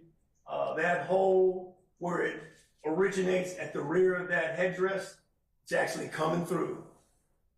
And I believe that is the wound that Mr. Frederick Prothro received from the Atlanta police. Looking at Safety Exhibit 171C, is that just another close-up? That's just another of the same. All right. 172? It's a closer view of the rod actually coming through the headdress. Okay. And 173? And again, 174. 173 is also the very same thing. 74 is that's me actually holding it. Very unscientific, but just trying to tell a story. Now, you talked about not finding any shell casings. I want to go back to Safety Exhibit 167C for a moment. Now, when you were at the homicide cage, Were you able to observe this vehicle in this condition as it is in this picture? Yes. Okay. How tall are you? 6'1". Looking at that photo and your personal observation of looking at that vehicle, are you able to fit in the backseat of that car? Yeah, it'll be crunched, but I'll be back there. All right. Now, when you got to the homicide cage, was this the condition that you found that vehicle? Yes, ma'am. Okay. Was there, do you know, or to your knowledge, were there items in the car prior to you seeing it at the homicide cage? On the 126 Cleveland Avenue address, there were 3 firearms that were of particular concern to me, which I had collected by the officer I delegated, or the detective, Summerbent, to collect. Do you recall? I'm going to show you.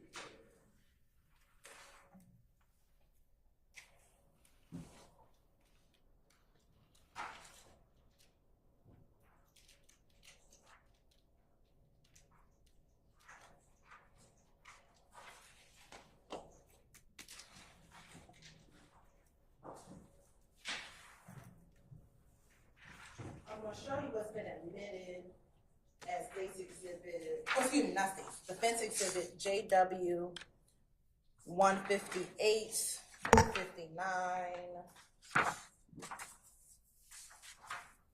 160, I believe it's going to be through 169. Sure.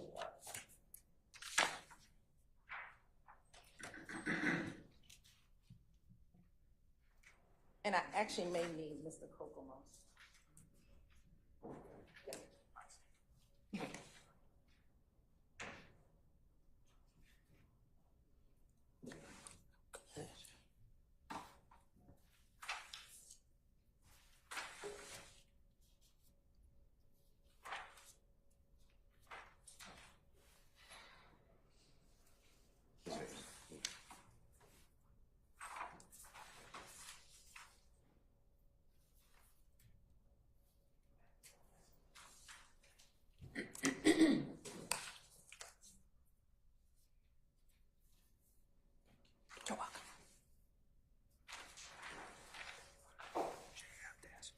Yes.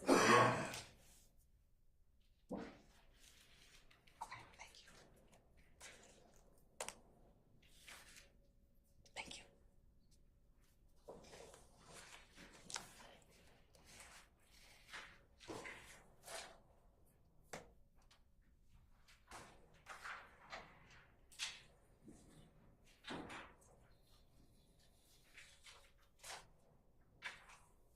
I'm going to show you, and Mr. Kokomo can help. I need the JW Exhibit 157.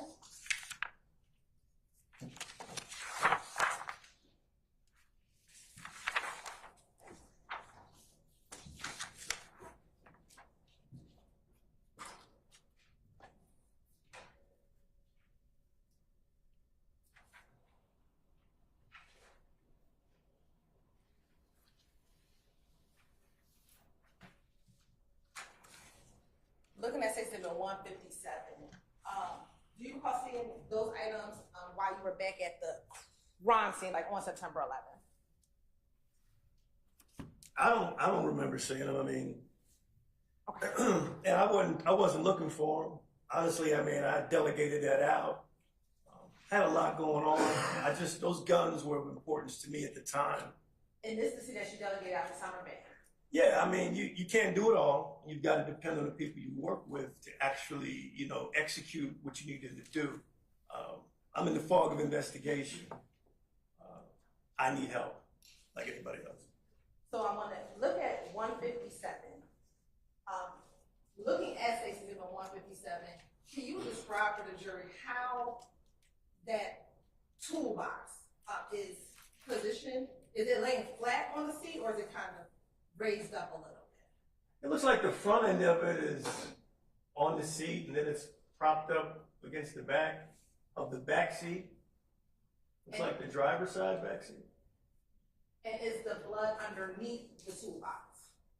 Yeah, I see some transfer of what appears to be blood, yeah. And To your knowledge, do you have any idea how the items got on the seat, or if those items were actually in the toolbox prior to this picture being taken? I don't know anything about that. All right. That's it. Thank you so much. Items such as that, would you have had those processed or taken to the GBI crime lab to be processed? I wouldn't. Why not? I didn't feel they had anything to do with the case I was investigating, which paramount concern is the officer's use of deadly force. I had a good idea of what happened in that scene. We don't just send arbitrary items to the GBI for testing. That's a call I made. They can blame me, but I didn't think they were relevant. Now, before we move on to the next scene, what you testified so far is a couple things that. That's reading testimony. I'm on the full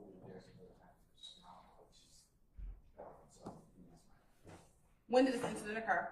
9/11/2013.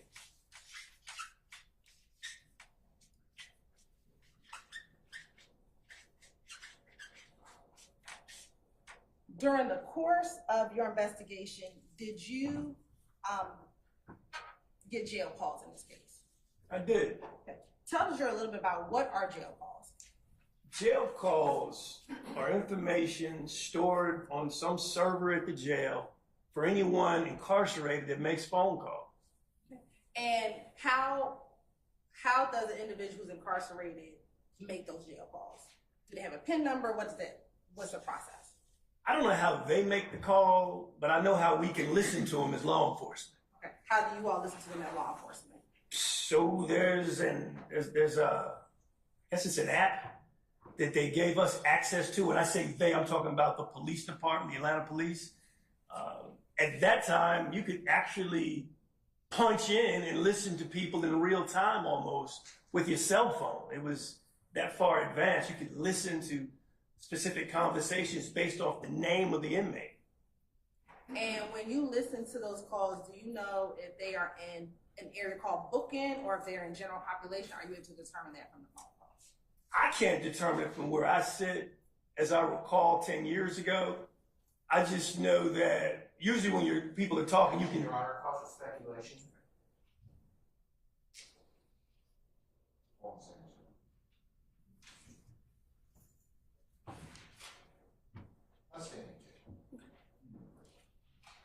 Have you had the occasion to have a list of calls that individuals make when they first get into the jail? Yes. Okay. And then listening to more calls once they've been in jail and maybe have gone to the general population? Yes. All right. Now, in this case, when did you pull jail calls in this case? For what date range? I wanted 9/11. If that's the first significant date that sticks out, but I wanted to see if there were any calls. At the time of 9/11, how many people out of the 3 that you said were detained were actually taken to the Fulton County Jail? Just one. Who was that? Adrian Bean. And did you pull the jail calls for Mr. Adrian Bean? I did. When did you actually start listening to the jail calls? It was several days. I think around the 16th, if I'm not mistaken. Would you have put that date in your police report? Yes. We're looking at a copy of your police report, help refresh your memory as to when you started listening to jail calls. Okay. Okay, is that yes? Yes. Okay.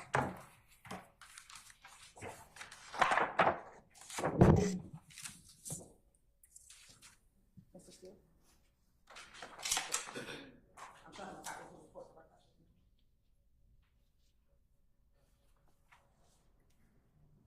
I'm going to show you what's been marked as State's Exhibit 178C. Just flip through that and tell me if you recognize State's Exhibit 178C. Yeah, I recognize this as my supplementals. And is that a fair and accurate depiction of your supplementals regarding this case, the officer-involved shooting? Yes, ma'am. And again, we're looking at a copy that help refresh your memory as to the date in which you started listening to jail calls. Okay. And I'll specifically direct your attention to page 30 of 47.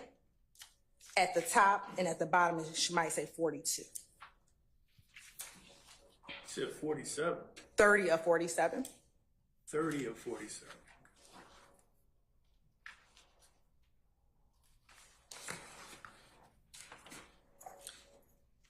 And I apologize, it might be 32 of 47.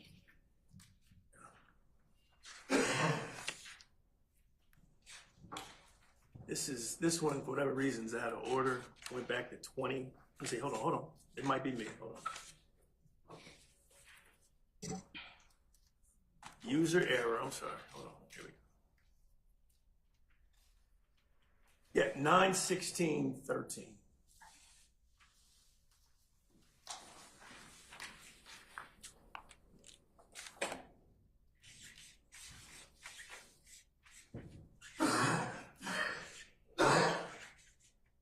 And when you start listening to jail calls on 9/16/13, did you get calls that were in between these dates?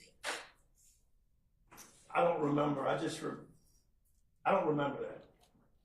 Would it be safe to say that any calls you would have heard would have had to happen before you listened to them? Yeah, absolutely. So roughly between 9/11.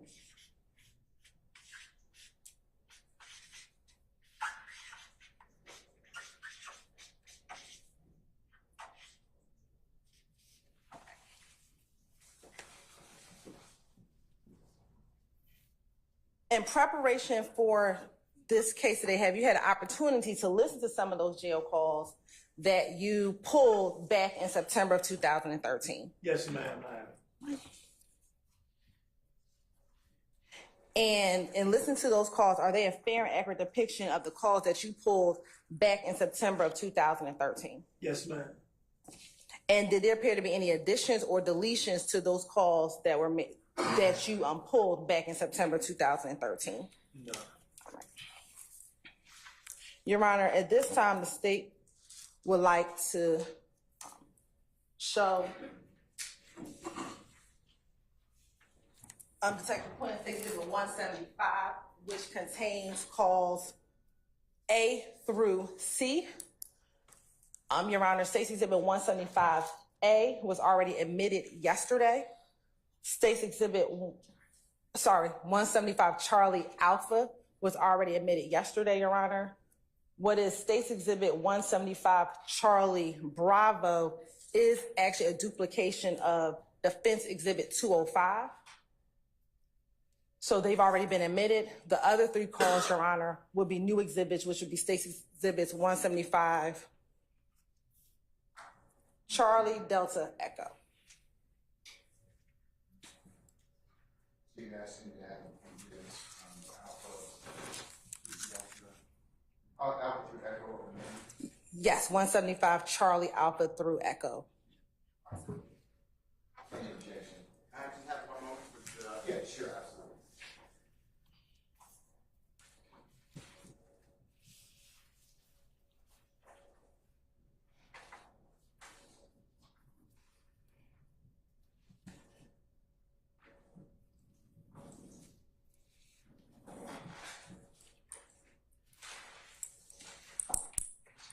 Yes.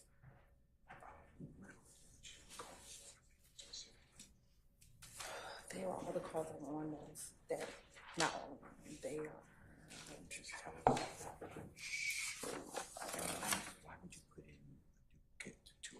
Just because they were on the one CD, so I didn't know you were putting it in. So when he listened to them last week, it's prior to me knowing you were putting it on. So I had already labeled it.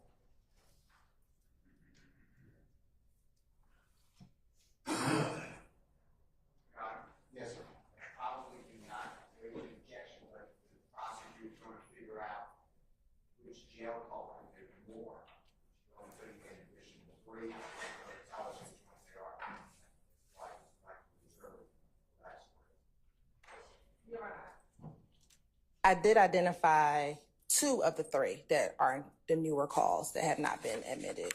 I identified one, and I'll call it, for the purposes of this, the chicken call, because it stands out because she's talking about cooking fried chicken.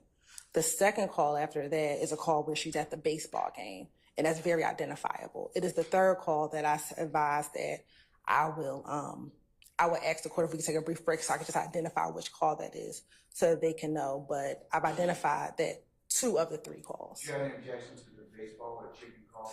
After I know it's not just call. You haven't reviewed those yet? Yeah. Okay, well, why do I need more time? Because Okay, you said to let you know if the issue comes up. okay, but do you have any specific objection as to those 2 calls? Not the third one that we're gonna need to take a break on, as I told you. I may have, I may not, but you're going to, you told me to let you know. So I told you.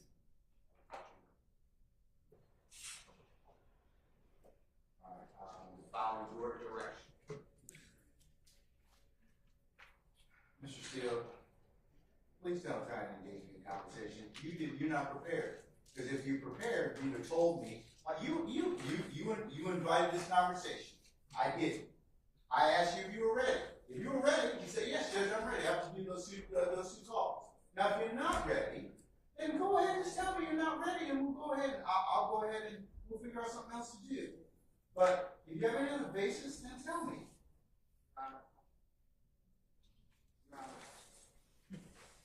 You instructed me. I raised this already. You know exactly what I'm talking about. No, I actually don't. Well, then we need to ask the jurors to likely leave site for refreshment.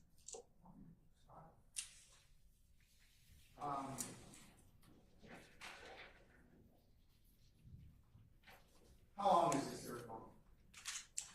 It's only They're all 15, 20 minutes. Right, and I will say for the third call, Your Honor, really as it relates to this particular incident, there's only 2 relevant areas from 00 to 1 minute, and then 3 minutes and 50 seconds to 6:40 are the only relevant portions, I believe, for this particular matter. Are you going to want all of the third call to be played? I tell you what. How long is the third call? So all the calls, Mr. Steele is correct. All the calls are approximately 15 minutes, and the state does intend to play all 5 calls. Your time, as much time as you want. I'm sure to refresh your memory. No, I'm talking about the third. I'm talking about the third call. But I need the court instructed me, I don't know why we're doing this, the court instructed me to help the court. That's what I'm doing. When it comes up, that's what you instructed me, so I'm following what you asked me to do. Now you're acting like I'm not prepared. I'm very.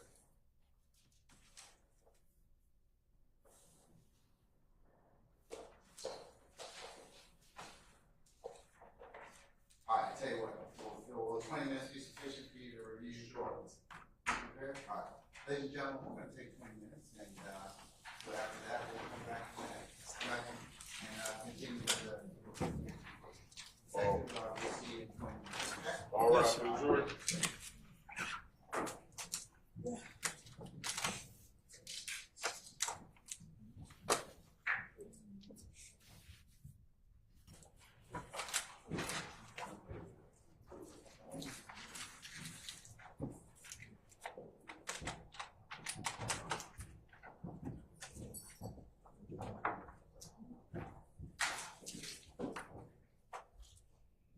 All right, ladies and gentlemen, please be seated. Your technical seat in 20 minutes, okay?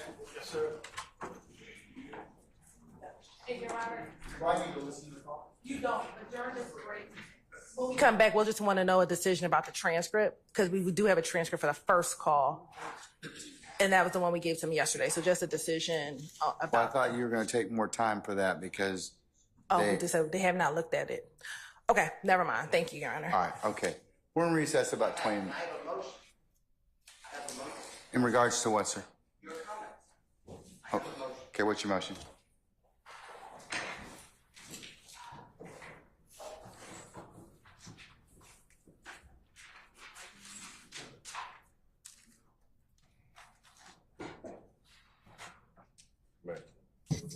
This is the second time that this honorable court in front of the jury has addressed me inappropriately and wrongly. Second time. The first time I gave the state discovery of a song from a Super Bowl.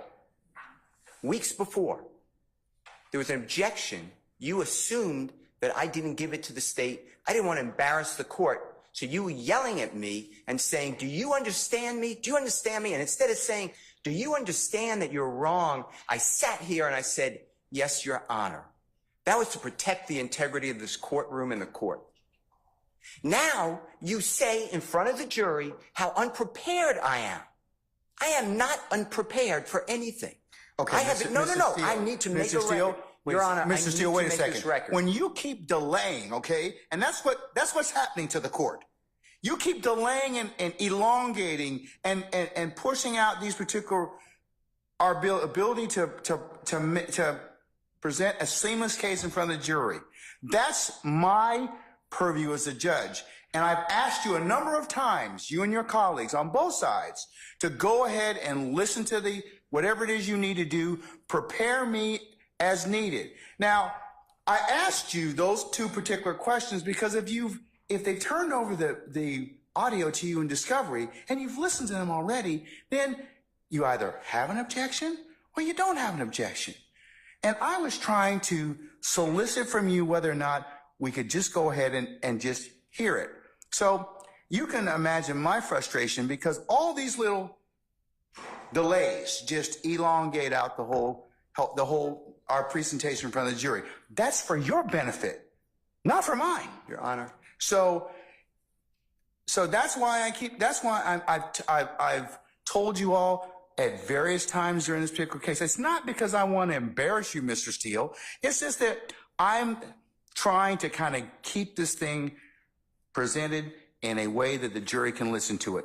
And the court is wrong. What happened was, let me finish, and I'm making this for the record. What happened is, and I don't get embarrassed by you, but I don't want to embarrass you. I made an objection that some of these jail calls have a third party who will not testify. I objected to hearsay. The state said it explains the effect let me finish. Which call? Which call? These calls, as you... Okay, well then why aren't we taking them up beforehand? The state just said, just now, these are the 3 additional calls that they want to introduce. All right, well, then here's your response. I'm going to give you an acceptable response. Well, I'm going to make my motion. Huh? I need to make my motion. Judge, there's more to this than we need to listen to these calls. Right. Then I would have no, you didn't say that though. So I wouldn't have had that opportunity. But that's why I keep telling you this, okay? I mean, like I told you, forewarned judge, a happy judge. All right, so had you just told me up front, Judge, we have not had the opportunity to listen to all of those calls. We've only been able to listen to 2. I want to listen to the other ones. And I've listened to the calls. I know, I don't know what the third one they're trying to do. Okay, well, listen, let me just finish.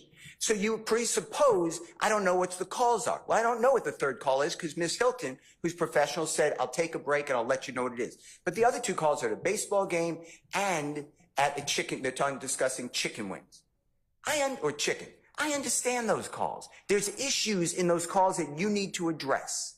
But I politely make an objection and say, Your Honor, based upon what you told me, which is what you told me, we'll take it up later. I wanted to raise it. You tell in front of the jury how unprepared I am. And let me tell you something. I am not unprepared. I don't appreciate the court telling me that. And you don't, and I asked you, tell the jurors that you were wrong when you admonished me last time. You said you wouldn't do that. This is the second time. And you know what it does to me? I don't care. I'm hurt because you're a court, but I really don't care. But what does it do to Mr. Williams? Mr. Steele, I'm not trying to personally insult you or hurt your feelings, okay? You are a grown professional advocate. I am a grown professional jurist. And people say things to me that border on the lines of I could take action or not. You have certainly said some of those things to me during the trial of this case. I have let them go. So, sir, that's just the trial. That's just the trial of the case, okay? No, but that man's life is here.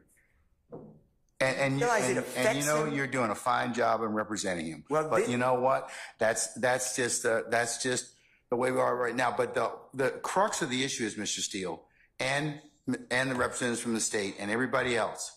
What happens right now is I have to take a break in order to vet all of these issues, which I'm required to do, Mr. Steele. And that's what is kind of disappointing to me, because I have given you all this administrative time, all these breaks to go ahead and do this, and this is what delays the presentation of this case in front of the jury. You know, if I would have done what the state did, and I'm not poking anything at Ms. Hilton, you would have said to me, why didn't you share those calls with him before? What, you were out all day today. We didn't start court till 1 o'clock. I would have shared them. I know you would have. But the state didn't. I'm not poking fun because I can deal with it. But when the court then steps in. But here's the problem. I have a problem with it, because here's, at the end of the day, I got to listen to a 15-minute call. You don't have to listen to anything. But you have to make a ruling yes, on it. Yes, but I have to listen to it in order to make the ruling on those. And even if you said you've listened to the chicken call and the baseball call, and if you say there's other issues that come into play, it's better for us to take those things up before I ask for that jury. And I could have done that this morning. I could have done that at another point in time. So, I mean, I raised this issue to you, and I don't remember the date, but it was days ago. I raised it, and the court said, all right, understood, and we'll take that issue up when it comes. Okay. What am I supposed to do? Okay. Sit there and say no objection? No, exactly right. Not at all. I said, Judge, it's an issue we need to take up. Not at all. And in addition to that, today alone, and this happens, today alone, the state introduced 2 exhibits. I've never been given them before, ever. You know what I did? No problem. No problem. Because I think that's professional. One was a Google map. It needs to be clarified for the record that it was not done on September 11, 2013. And then a map with little dots with 0.4 miles I've never seen before. But I didn't do anything, Your Honor. I want to move the case. But when the court, it gives me no pleasure in saying this. I believe that this honorable court is biased against Mr. Williams and or his counsel. And I ask you to consider recusing yourself, or don't do this again to me. This is inappropriate to me. I respect you, but what am I supposed to do? Sit there while you do this? I didn't do anything wrong. I did exactly what you teach me to do and the courts teach me to do. All right. But instead, no, I got to finish this. Then I get told to this court says by Prosecutor Love that I'm not being candid with the court and I'm misrepresenting because Mr. Bean never went to the hospital at Grady on September 11, 2013, and Miss Love has a document on the desk to prove it. I sat right in front of Your Honor at the table, at the bench, and I said, I'd be careful what you say. That's not accurate. Miss Love looked down on me and she said, it is accurate. You said, we'll take a break, figure it out. After the break, you didn't even bat an eye. Ms. Love said, yeah, I was totally wrong. Mr. Steele's right. He was taken to Grady. If I would have done that and called another member of the bar disingenuous, not truthful, no candor, and misrepresenting, you would have had me yelling in front of a jury.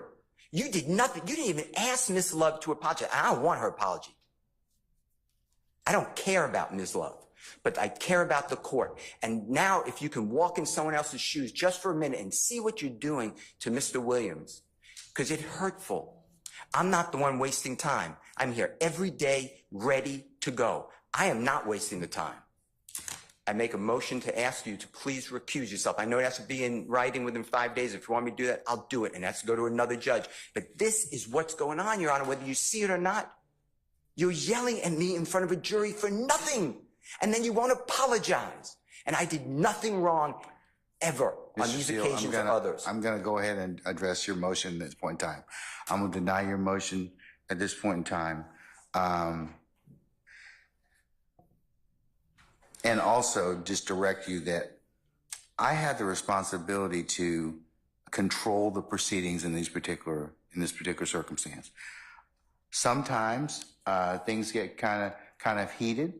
And that's kind of that's the crucible and trial of any particular case. I am not in any way intimating or insinuating that you are not professional, you are not prepared, but the things that I am bringing up to both of you, and I have fussed at both sides for this particular issue of not being prepared in the sense of, and the only reason it affects the trial of the case is it makes the proceedings a lot longer than they should be, because all these things could be taken up. And sometimes if we've got to parse out all these things, as you can see right now, it takes time, and that's what I'm kind of concerned about, having been a jurist for a long time. So, I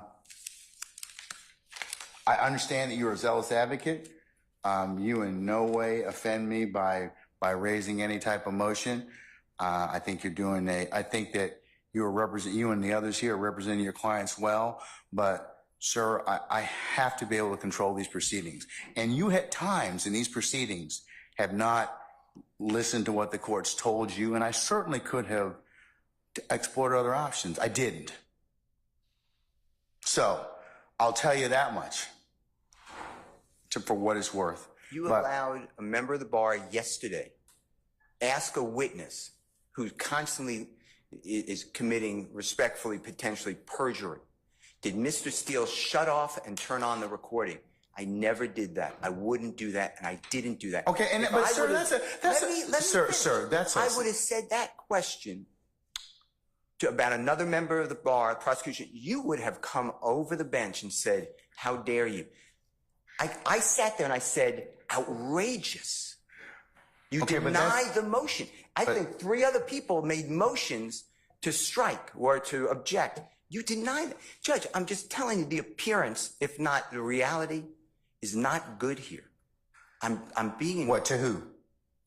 To Mr. Williams. Okay, but... Maybe to the others. Maybe you're his advocate, okay? And that separate issue of whether or not you did what you did, the state accused you of that, they have the right to at least inquire about whether or not that happened. Now, whether or not it happened or not, I'm not making any comment on it, but it goes to bias, it goes to motives to misrepresent. So that never happened. No good faith. Okay, but I'm not commenting on that. That's for the jury. That's for the jury to decide. I asked a question about a missing recording that wasn't given of a statement made by Mr. Bean. And you know what you told me? And I keep telling you. You know what you told me? You said, does the state have it? They said no. You said, nothing I can do.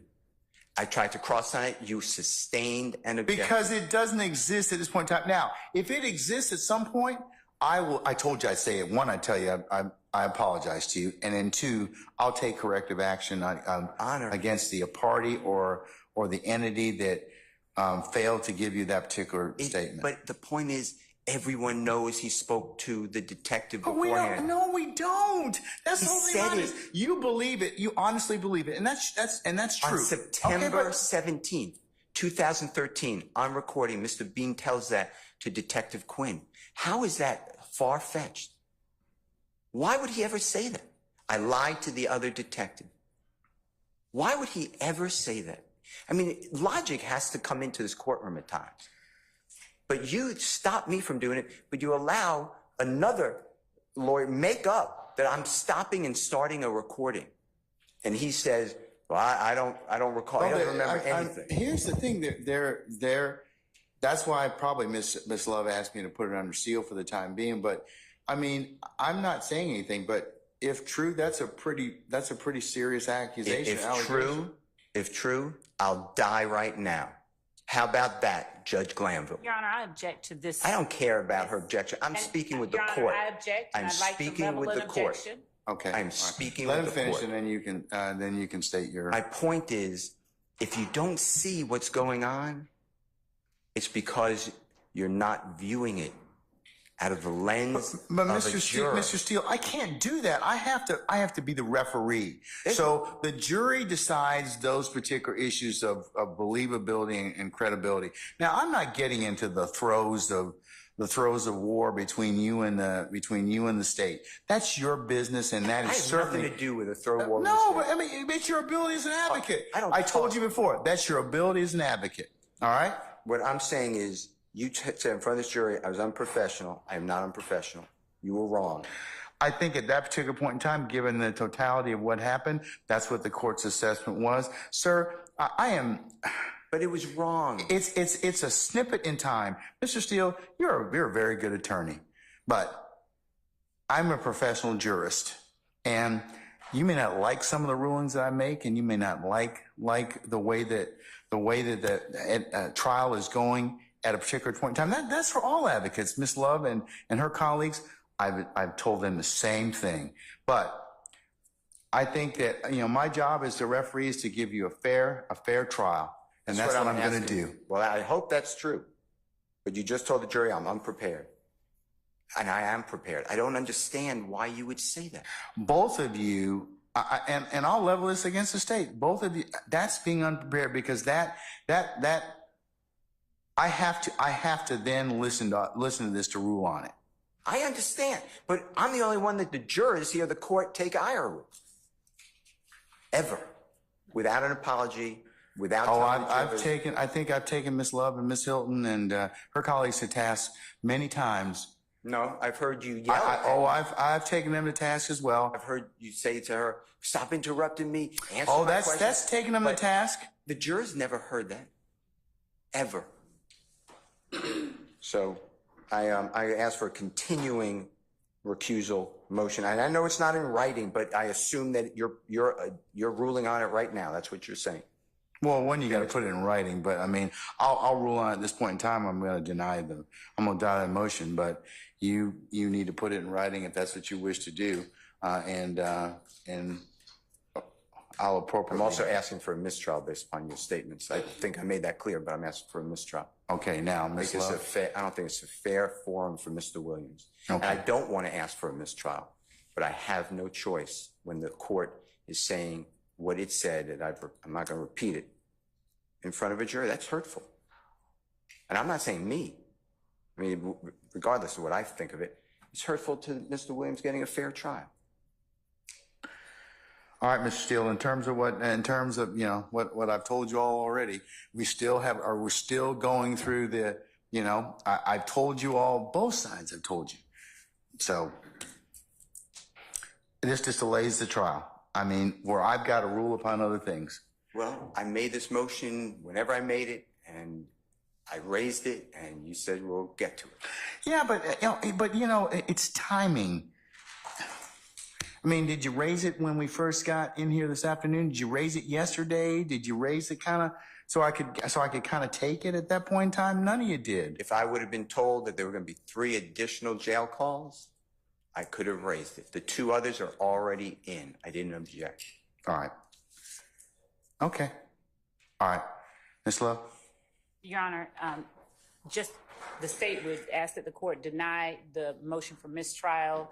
The state has provided to the defense these jail calls. We have actually requested more than once what portions are objectionable, what portions do they not want us to play. We have sent them to the defense in a format that they can listen to them offline without having to have the actual CD in. We have had them converted for them. The objection that we got initially was put to the call that Mr. Steele essentially put in by playing the recording of the interview that Detective Quinn did with Adrian Bean. And the whole jail recording that was played during that interview was State's Exhibit 175, Charlie Alpha. So the portion that they initially said that they objected to, that third-party portion, and we had a motion on it, they actually introduced by playing the call, the interview with Detective Quinn. I have said to them, I'm certain that Ms. Hilton has communicated with them via email that we are using the jail calls. And I know I personally have asked, what do you object to? So at this point, I'm not certain why there is this motion. I object to the language that is used. I'll die if the court does this. Your Honor, the court is well aware of the times that the state has received reprimand, both in front of and out of the presence of the jury. I'm not certain where that's coming from. I would ask that the court, of course, the court has already ruled, but the notion that there is a bias, I'm not certain even where that's coming from, given the amount of tongue lashings we've received from the court on the state side. So I would just object to the defendant being granted a mistrial. And I state for the record that the portion that they identified for us that they objected to regarding the jail calls was entered through their cross-examination of the witness, Adrian Bean. Thank you. What about the sealed document Mr. Steele is raised or made an issue of at this point? With relation to the sealed document, that was a memorandum of the interaction that a lieutenant with the district attorney's office had with a party as it relates to Mr. Steele's interaction with that party, unsolicited, after walking out from the stand. That party made comments to members of the district attorney's office. The state asked that party, and we did not assume facts that were not in evidence. We asked, unlike the question, why did you do this? Or why did you do that? Which would assume facts that were not in evidence. We asked the open-ended question with a good faith basis for doing so, and with an ability to impeach if there was a denial of having said it. So we didn't make that up out of whole cloth. We wanted to make certain that all parties on the defense side had that memorandum. And frankly, Your Honor, I think it is improper for anyone, for certainly any member of the bar, to stand up during the cross-examination, direct examination, and offer testimony essentially to a jury. So for Mr. Steele to stand up in the middle of my redirect of Adrian Bean and to say that did not occur, or preposterous or outlandish, is completely improper, disrespectful. The state has done nothing of the sort, and we would ask that Mr. Steele be reprimanded for doing so, and the court rightly did so. And to have him ask for an apology after he has been blatantly improperly acting before the jury, I don't know what else I could say. I would just ask that the court admonish counsel for testifying during trial. I have given the state, the court, the basis for the questions that I've asked, and I've never asked a question that assumes facts that are not in evidence. Unlike the question, why did you know that? Do you recall that? I didn't phrase my questions like that because I know not to do that, and I'm not gonna do that. And I don't want to improperly give the jury an impression of something that exists or that will be shown that I can't show them. So there is a real clear distinction in what Mr. Steele asked, implying, why did you give a statement at the hospital? And he keeps conflating what it is that is objectionable. He keeps asserting something so that everybody in the ethos is asking, oh, where is this interview? Where's this recording? He's never seen one. He doesn't have a good faith basis for asking for one. And yet he continues to put that question out there so that everyone in the universe has this idea, oh, the state is hiding something. Oh, the state destroyed evidence. Again, they sat there for a whole day asking witnesses about the destruction of evidence. There was no evidence that anybody destroyed any evidence, yet they stood there a whole day and asked someone about that. And then he asks a witness on the stand under the guise of impeaching him, do you recall that? Or didn't this happen? Or can you explain why the state would delete, or can you explain why the state failed to record your interview at the hospital? And he has no information that an interview at the hospital exists. So all of that, Your Honor, I don't know if Mr. Steele wants, to give an impression. I don't know. He's vigorously advocating for his client. That's what he is supposed to do. But I would ask that the court deny all of his motions. They are baseless. And I would ask, I've taken my licks from the court. We all have. And I'd ask that the court deny the motion for recusal. The court has made rulings that obviously the state hasn't agreed with. The court has made rulings that other people haven't agreed with. So this notion that somehow the court is biased, when as recently as a few days ago, I caught it hardest. It was played everywhere. I'd ask that the court just deny Mr. Steele's motions, all of them, out of hand. All right. Ms. Hilton, do you have any explanation as to why this third call was just disclosed today? Is that true? Is Mr. Steele correct? No, he is not, Your Honor. These calls have been turned over. As a matter of fact, I'm getting ready to send an email to defense counsel that shows when they asked us to have the calls converted, because they could not hear it on a CD, they asked us to have these calls converted. Literally on January 5th, and I'm actually in the process of forwarding these calls, Mr. Smith sent these calls on January 5th, all of them. I believe a few weeks ago, this is the email that I'm looking for, when this case was first going to happen, probably in December, when we were to disclose to defense counsel what media we were going to use. I believe in one of those emails, and that is what I am looking for, I told defense counsel we're going to use all of the jail recordings. So this is not a surprise to them that we're using the jail calls. The only call that has ever been objected to is the first call that was played yesterday. They have not made an objection to any call. Now, they just want to know which of the 8 calls this is, then the state has no problem to do that. But to say that they just received the calls or they just learned about the calls, that is not true. They've known about the calls. Now, for me to identify this last call, I can do that. And I'm going to look for the email, or it might have been conversation in court, but when they asked, what media will we use? I think I said, we're going to use all the jail calls. And we're not actually using all the jail calls. We're going to use 5 of them. So this is not new evidence for defense counsel. May I respond? What, sir? About and maybe this will give a path moving forward that's a little bit more efficient, hopefully.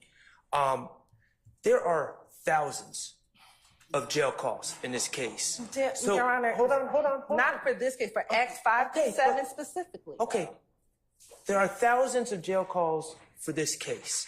So they gave about 10, 12, however many jail calls. They're saying, I'm not going to dispute that. I don't have my computer in front of me. But it seems very inefficient to me that we're going to litigate, and you want us, the defense, to raise our objections to thousands or even 12 jail calls and suggest redactions for all these jail calls. But when did you get the jail calls? When did they tell you? Didn't they tell you like within a week or two, like I asked before, that they were going to use these calls? So, Your Honor, they just identified one as the chicken call. That's not how they are in discovery. So there's a cross-reference number. So we need to know exactly what call by the cross-reference number in discovery. There's nothing labeled chicken call. There's nothing. All right, but listen, is there a certain number of calls for this particular type, for this particular act or acts? Yes or no? I can't. I don't have the email in front of me. So yes. Okay. So there's how many? 8, 10 calls? How many? Your Honor, there's actually 8 calls, and 2 of them were duplicates. And so in the email that I broke down So in preparation, you know that if this particular act, which we've been dealing with for weeks, you only got about 12 calls to listen to, right? So yes. So you would like us to proactively state our objections for every call and litigate, because they're not using every call. Only if it becomes an issue, because if you all work it out, that's fine. I don't have any issue with that. But if it's going to be an issue, then I need to be able to vet it. I got to listen to the call. I got to listen to the evidentiary basis as to why it should be admitted or not admitted. That just gives me time to do that. And if you say it's only going to take about 15 minutes or whatever, well, it may take longer than that. You see how long we've been out dealing with this issue. So that's what I mean by forewarned judge is a happy judge. So if we could take it up and I don't have to either have them sit in their headquarters, it's better for all of you. I do not dispute anything you're saying, Your Honor. All I'm doing is suggesting that if last night or yesterday we were told tomorrow we plan on playing this call and it wasn't the chicken call or the whatever call, it was whatever the number is in the discovery or on the email, then we would certainly, I would say it would be on us. But that's not exactly what happened. I just want you on, and I'm not trying to, I really like Ms. Hilton a lot, so I'm not even trying to argue with her or say she's done anything wrong. It's just, I think if we know a little bit in advance, and it's not just, the chicken call, then we would be in a better position to lodge our objections to you. Because right now they are, I assume they're getting the cross-reference numbers, so then I can bring those numbers to the defense table so we can pull up the exact calls that they want us to review. So that's kind of, I just wanted Your Honor to understand it's not as simple as just we didn't listen to the chicken call. Your Honor, if I may respond briefly. Mr. Williams, I believe, filed a motion in limine number 40. That was the only motion in limine that we had as it related to a jail call. And that was objecting to the third party information contained in jail call number 175 Charlie Alpha, again, that Mr. Steele introduced by playing the interview of that Detective Quinn conducted with Adrian B. So we have again turned over the 8. We can specifically give track 1, 2, 3, 4, 5 of CD 1, 2, or 3. We can give that information to them. The way that Ms. Hilton and Atkins noted and time hacked each of these calls references specific information in the call. That is the only reason Ms. Hilton identified it as such. But there were 8 calls. There is no other call within which the information she has spoken to the court and described the call using, there's no other call that has that information out of the only 8. So I'm not certain the reason for the reference to thousands of jail calls in this particular context. But, Your Honor, we have 8 jail calls here. We've turned over. We've asked, what do you object to? And the only thing that we've gotten was motion in limine number 40 from Defendant Williams. All right. Anything else before we recess? I still got to allow you to listen to the phone calls. The facts got lost. The accurate facts, I've listened to all the calls, the relevant calls. I've listened to them all. I know what the chicken call is. I know what the baseball call is. The issue is there's third parties making statements of fact, introducing statement of fact. We argued this. The state's position was it's non-hearsay because it goes to the effect of Mr. Bean, who will be a witness. I dispute that. I believe it's hearsay. That was the issue. Yes. You said, we'll take it up. Yeah. That's it. I'm not saying I don't understand the parameters. The only call that had an issue is Madam President, District Attorney Hilton said, I don't remember what the third call is. I'll let you know on a break. I was comfortable with that. But I just want you, before these jail calls are being played, to make a ruling, because I waive it.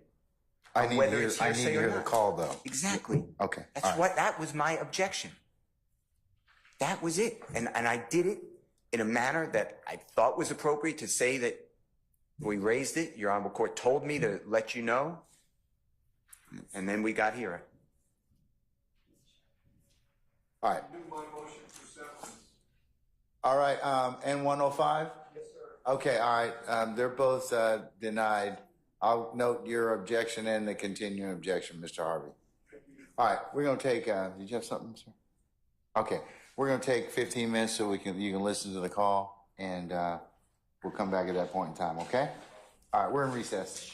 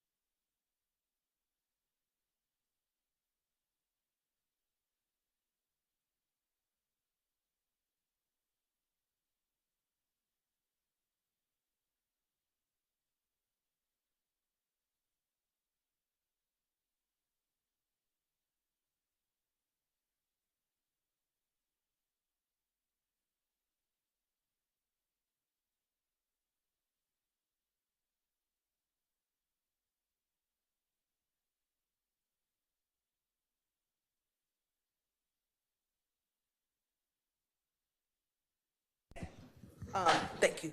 Objections? Yes, please. This is in respect to states 175 Delta. Yes, Your Honor. I'm going to share and play the call. Excuse me. I'm not playing. But Your Honor, I believe Mr. Steele has an objection to a portion of 175C Charlie. So Charlie Delta, I'm sorry. from your discussion, is it Charlie Delta or Charlie? Charlie, 175 Charlie. All right. What is it? Is it Charlie Charlie. Delta? The first objection he has is to Charlie. Okay. And then, how long is Charlie? The entire call is about 15 minutes, but... Okay. And what specifically is Mr. Steele objecting to? The portion of the call is time-stamped 10:35 through 10:56. Okay. And the state intends to play that. That's the portion that he has an objection as to. Yes, Your Honor. Okay.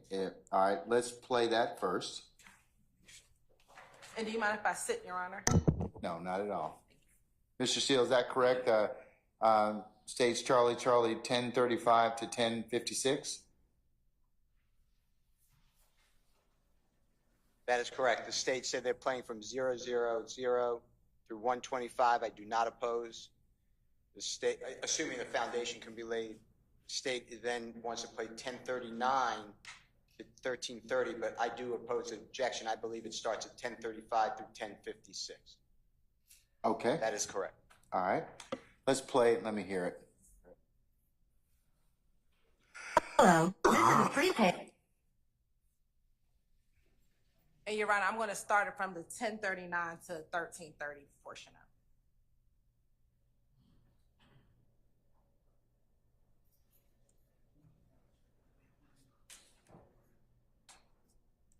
Well, Your Honor, I'm going to start at 10:31. It is what it is. Yeah, got done. He said, well, $150. He bought the lane with the $150. Well, what a lane that y'all just said, y'all didn't get lane, so what about that? Oh, so there's so much going on. I don't know what happened. I just don't know what happened. Yeah, y'all didn't play.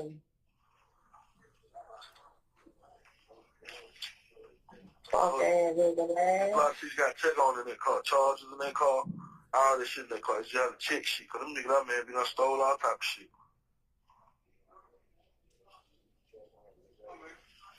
And I don't even know what our umbrella I got. Well, you don't even know what that nigga buck boy had. I ain't give him that. I know I'm going to lay my pocket. I don't know how they said that. They said they told the whole story. Goddamn book, LIL on the play there. Them hoes said everything. What hoes? Now they were going. The little two hoes who be sitting down with y'all last, who in the other little house. Now we went grocery shopping, and he gonna come back and cook the chicken and I was hype on shit. Like, really, bitch? Oh my God! Then they went to look for it. They were going. I mean, the whole story. The whole freaking story. Like, yeah, what you do? This your family over here? Who? Like, you supposed to be at you. He told the cook some chicken and... Don't fuck with them on their own. I told them I know how to cook the chicken, but I told them off the rip that Buck and them gonna go and cook their own food. Buck know how to cook. Buck them gonna go to the Blue and cook their food. I wasn't gonna cook them a goddamn thing. Now, if that was Buck told her that we gonna cook the food, then they lied. Yeah, you supposed to be coming back and frying the chicken and all that shit. Look at my car, baby. I already had 8 McDonald's. I don't even fall for that. I ate some Mickey D. Them folks down there, somebody, they were hungry with thug. That girl said she had some food stuff. They told me going to the store. I told them to go ahead and go to the store. They went to the store. They come back. Somebody goddamn, it's a lick around the corner, goddamn. That nigga name goddamn Red, man, got some money. So I said, shit, get the skateboard car then, goddamn. Y'all take skateboard car. That thing, you know, I like, fuck that shit. The nigga told me about 15, 20,000. I like, fuck that shit. I'm finna get the car and drive. That was it. That's the only time I drove out yesterday. I didn't go nowhere. I ain't been no grocery shopping with no motherfucking body, so I don't know what the fuck they talking about. People news just say shit anyway. What the fuck they on them folks? Them kids be lying like a mother. Who would even make up something like that? I ain't even saying no shit like that. I ain't never cook y'all. I sell food. When I go out there and let somebody get something to eat, I be fuck. Fuck, go out there and cook your own food. Rick, go out there and cook your own food. Whoever working, go out there and cook your own food. Hey, y'all cook y'all own food. I'm not going up there cooking there for nobody, man. Yeah, so we back there yesterday when they showed up out there, you know, George Brown came and cut the goddamn lights off for the phone. So, but they still around there, like, literally today, they been around there all day, like, I said, boy, you need to go put them folks out their house. You need to go put them out there. Mayor, I'm sorry, we went past the 13. Obviously. I apologize. So, Your Honor, All right, who is speaking in States 175 Charlie? Sure, Your Honor. The two callers, well, the caller is Adrian Bean, and he is speaking with his wife, Courtney Bean. The portion in which Mr. Steele is objecting to is the portion from 1035 to 1056. Specifically, I'll just replay that particular portion so you can hear that again. All right.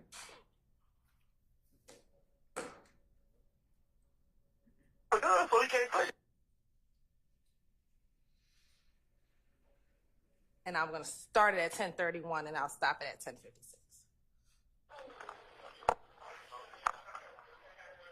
It is what it is. Yeah.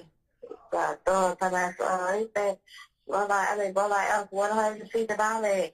He bought the lane with $150. Well, what a lane that y'all just say, y'all didn't get lane, so what about that? Oh, God, there's so much going on. I don't know what happened. I just don't know what happened. Yeah, y'all didn't play. And I think that ends the portion in which Mr. Steele is objecting to. Okay, Mr. Steele, what's your basis, sir?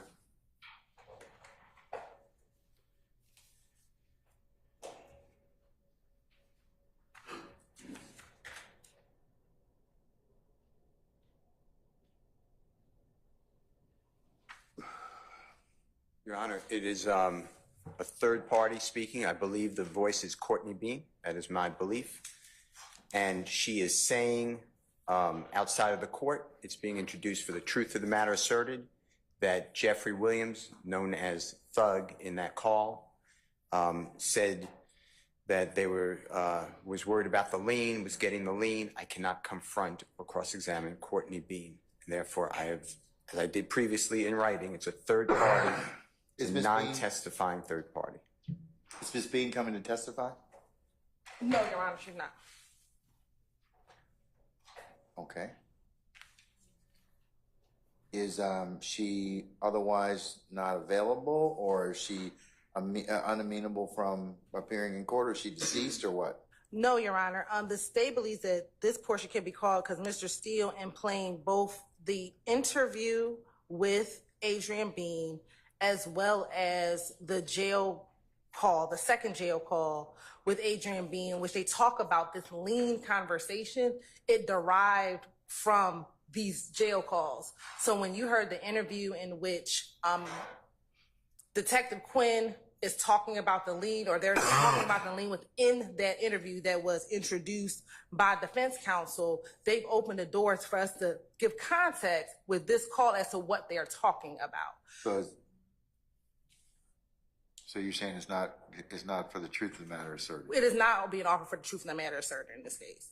And this whole conversation about the lien has already been introduced. This is what was introduced through that entire interview. So this is not being offered for the truth of the matter asserted. What was that exhibit?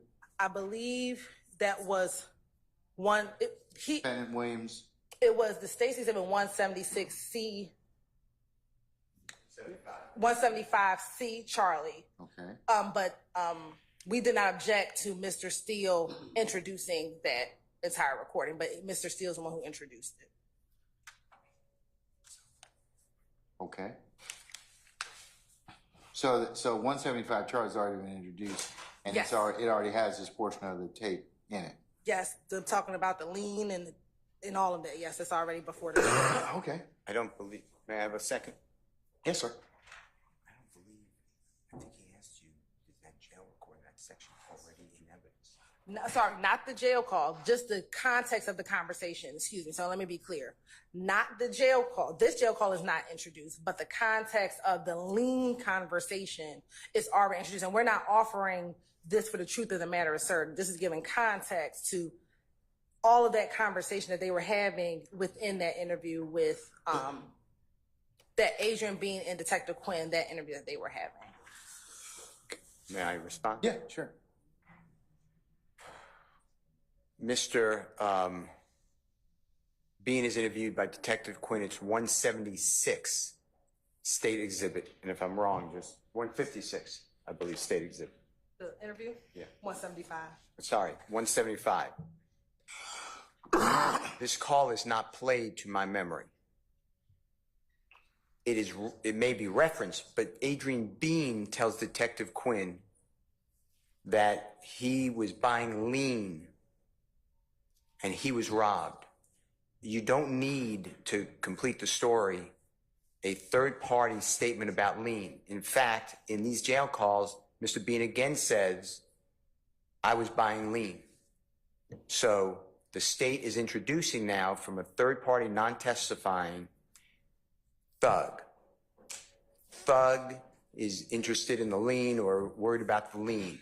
That I cannot confront. That is an out-of-court statement, and it is offered for the truth of the matter asserted. And there's other evidence. It is not, I didn't open the door to this call. It was already in evidence that Mr. Bean said to Detective Quinn himself he was there to purchase lien. Okay. All right.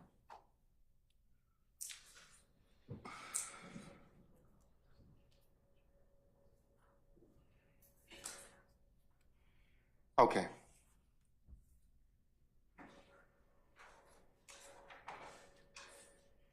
Ms. Hilton, or Ms. Love, is Courtney Bean is Mr. Bean's spouse, correct? Yes, Your Honor. All right, and she's not going to testify? She is not testifying. Your Okay. Honor. If she's not going to testify, go ahead, I'm sorry. I'm going to say additionally, Your Honor, a few things. In addition to it bringing context, it's also effect on the listener, as well as I want to cite the court to Jones v. Which listener? Adrian Bean, because he's commenting on what his wife is telling him in this case. And I'm going to direct the court to Jones v. State, which is 339 Georgia at 95. 95? Sure, it's 339. Is it 95? 339 Georgia, Georgia at 95, and it's a 2016 case.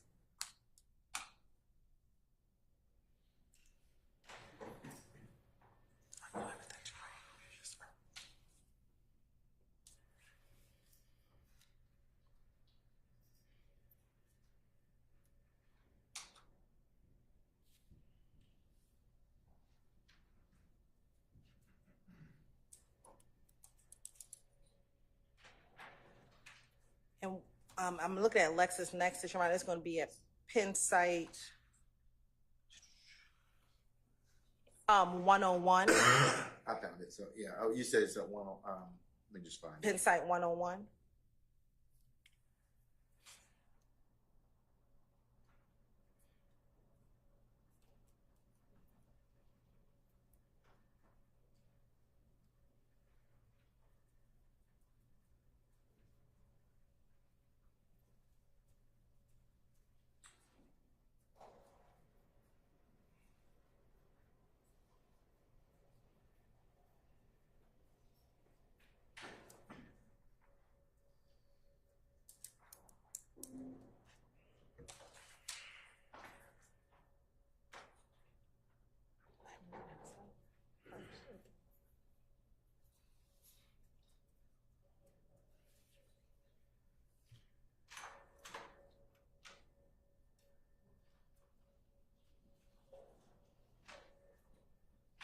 I understand what Jones is saying, but I think Mr. Steele is saying, well, look, they're referring to his client, and he and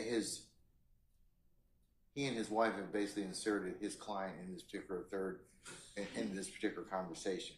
So that's exactly what's happening in Jones v. State. So the informant. Different, because it's in Jones you got an informant and then you got a drug sale. So those particular statements were made for the context of what a G was, a gram of heroin. So, but the issue here in this case, Your Honor, was that the recording, they did not want the recording to come in, the entirety of the phone call itself, when the informant was not testifying. And Mr. Steele's argument is that because Courtney Bean is not testifying, therefore the call cannot be played. But in Jones, what Jones is saying is, although the informant was not called to testify, that recording could still be played. And it specifically says, in admitting the recording, the trial court ruled that the informant's statements were admissible to provide context for Jones' responses. what statements are you trying to place in context? I'm placing in Bean's context. So remember, him and his wife are having a conversation. So things that Bean is saying on this call have to be placed in context so that the jurors understand why he's responding the way that he is responding. And that is why, based upon what his wife is telling him. So what's he saying about Thug? Or that on this call? What's he saying talking about the lien and what was happening as a part of what happened on September 11, 2013. So so her conversation is all in reference to what happened on September 11th. Remember, at this point in time, Your Honor, Mr. Bean is in jail after being going to the hospital, has gone back to jail. So they're on the call right now discussing what happened on September 11, 2013.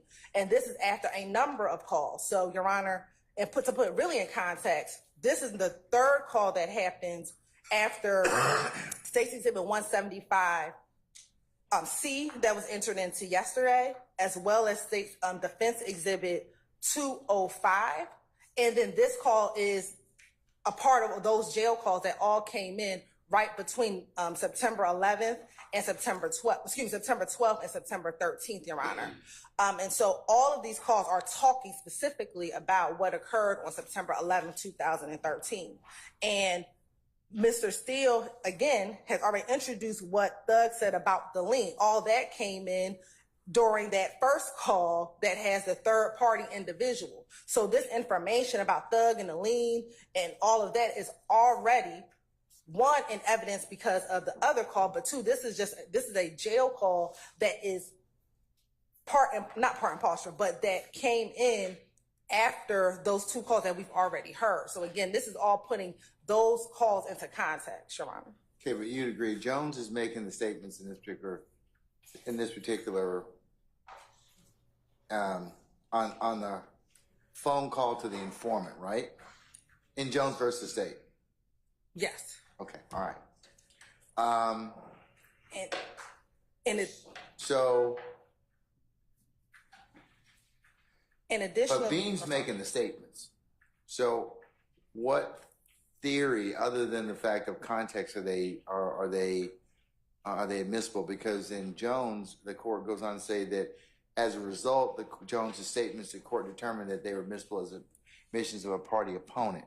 So, if Bean's making the statements and he's making the statements about context, how are they admissible against Mr. Williams? Again, Your Honor, because it's the context of what they're talking about. Mr. Steele has already a couple things. One, it puts in the other calls that I just referenced. Two, Mr.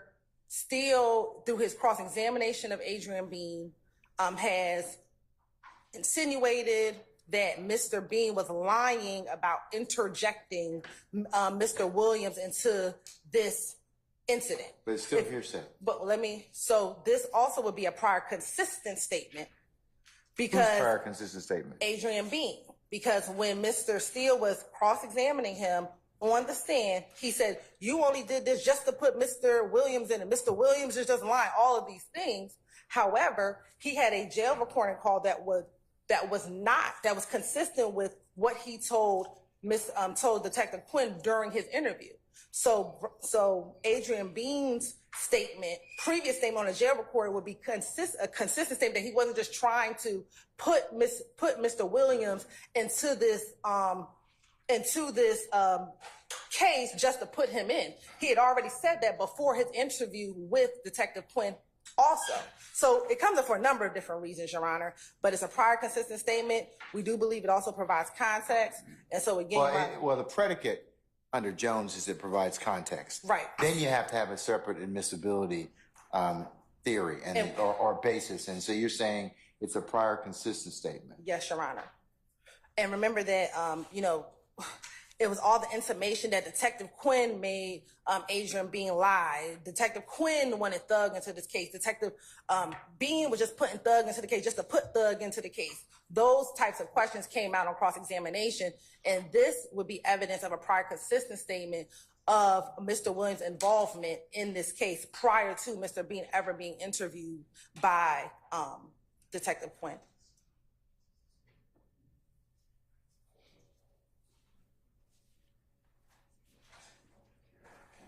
And again, lastly, Your Honor, before I sit down, Mr. Steele said that Adrian lied, but to rebut that argument of recent fabrication, again, this would be a prior consistent statement. Well, that's what prior consistent statement does, is it rebuts prior fabrication. Yes. All right, Mr. Steele.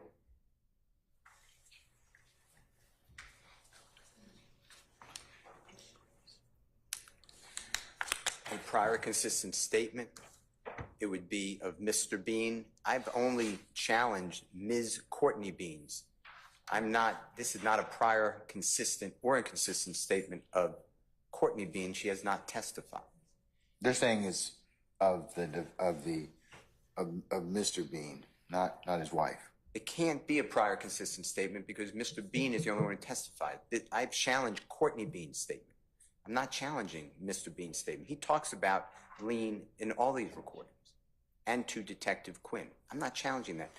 So prior consistent statement does not work respectfully, and that's also under Tomei, T-O-M-E, from the United States Supreme Court, Bob, B-A-U-G-H, from the Georgia Supreme Court, Adams from the Georgia Supreme Court, and the improper motive has to be challenged, and the statement has to be before the improper motive. This is the improper motive already happened, and then these jail calls. But that's irrelevant because that would be Mr. Bean's statement. I've challenged Courtney Bean. In addition to that, I think that the state is still going back to, it puts things in context. We don't need any context. He's already talking, he being Mr. Bean, has already talked about lien the whole time. So I think it is for the truth of the matter asserted. It's not, and it is not non-hearsay. And I ask the court to redact that portion. Okay. Christina?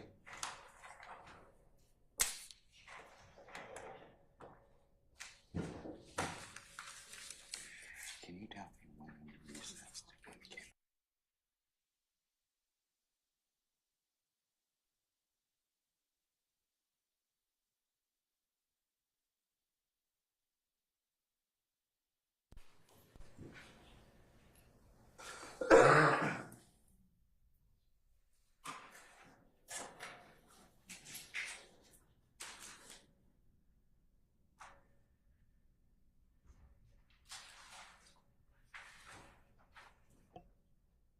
Here, I have one to that portion.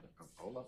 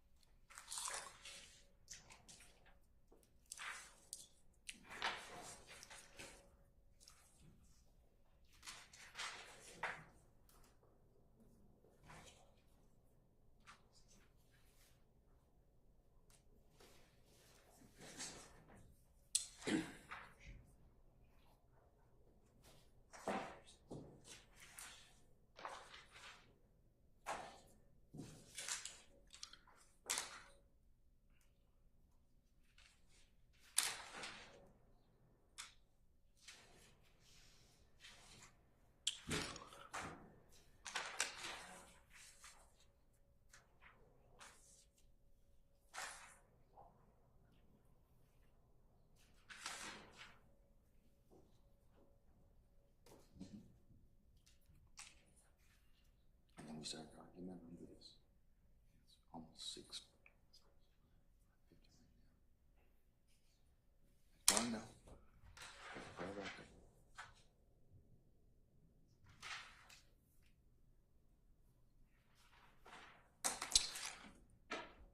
All right, Ms. Hilton, I'm back on the record, so what does he want to tell me?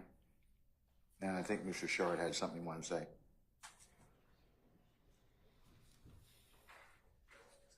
Your Honor, we just wanted to add that his acquiescence about what the... You have to speak up, madam. That Mr. Bean's responses to what Ms. Courtney Bean said would be an adoptive admission to his co-conspirator, which would have been Mr. Williams in this particular incident, Your Honor.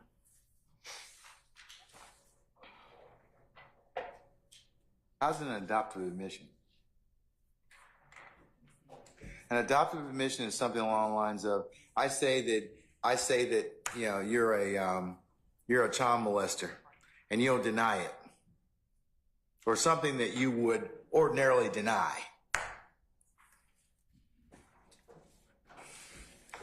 Court's indulged for 1 moment. I'm pretty sure adoptive admission went out in January 1, 2013, but I will check. I think that's on the old. I believe it did, but could you check, please? Yeah, I'm looking at Carlson's, the 8th edition, but I'll look again.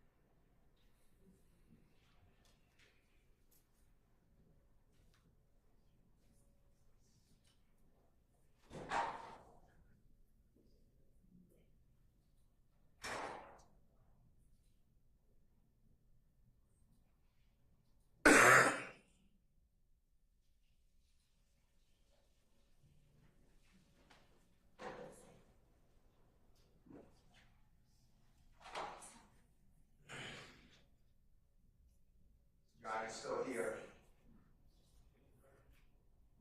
Still part of the OCGA section 24-8-801 D. D2B. B is in Barry. D2B? B, yes. It's still there.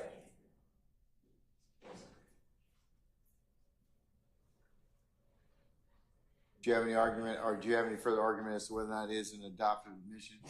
Yes. Okay.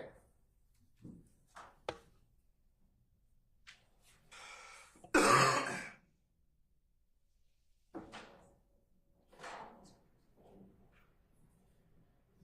is not adopted. It's not adopted by anyone. It's an admission by a party opponent.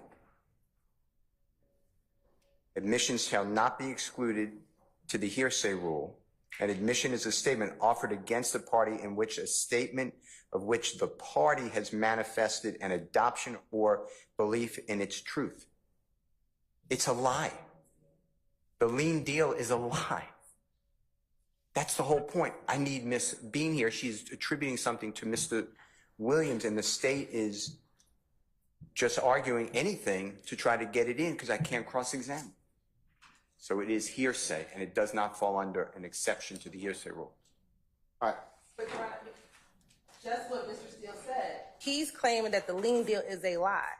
In this prior consistent statement, and this is a lie that Agent Bean made up during his interview. Therefore, we are able to bring in the prior consistent statement of him and his wife talking about this lien deal prior to him allegedly making it up during his interview. If you look at the timeline, Your Honor, these calls happened between the 11th and the 16th.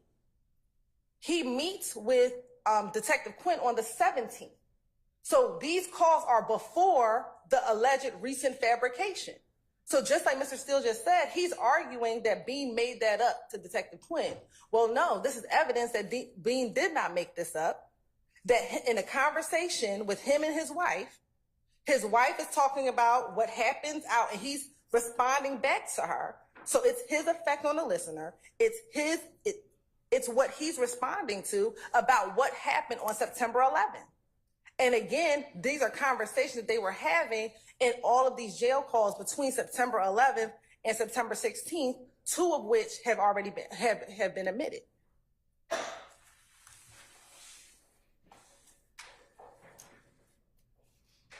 Okay.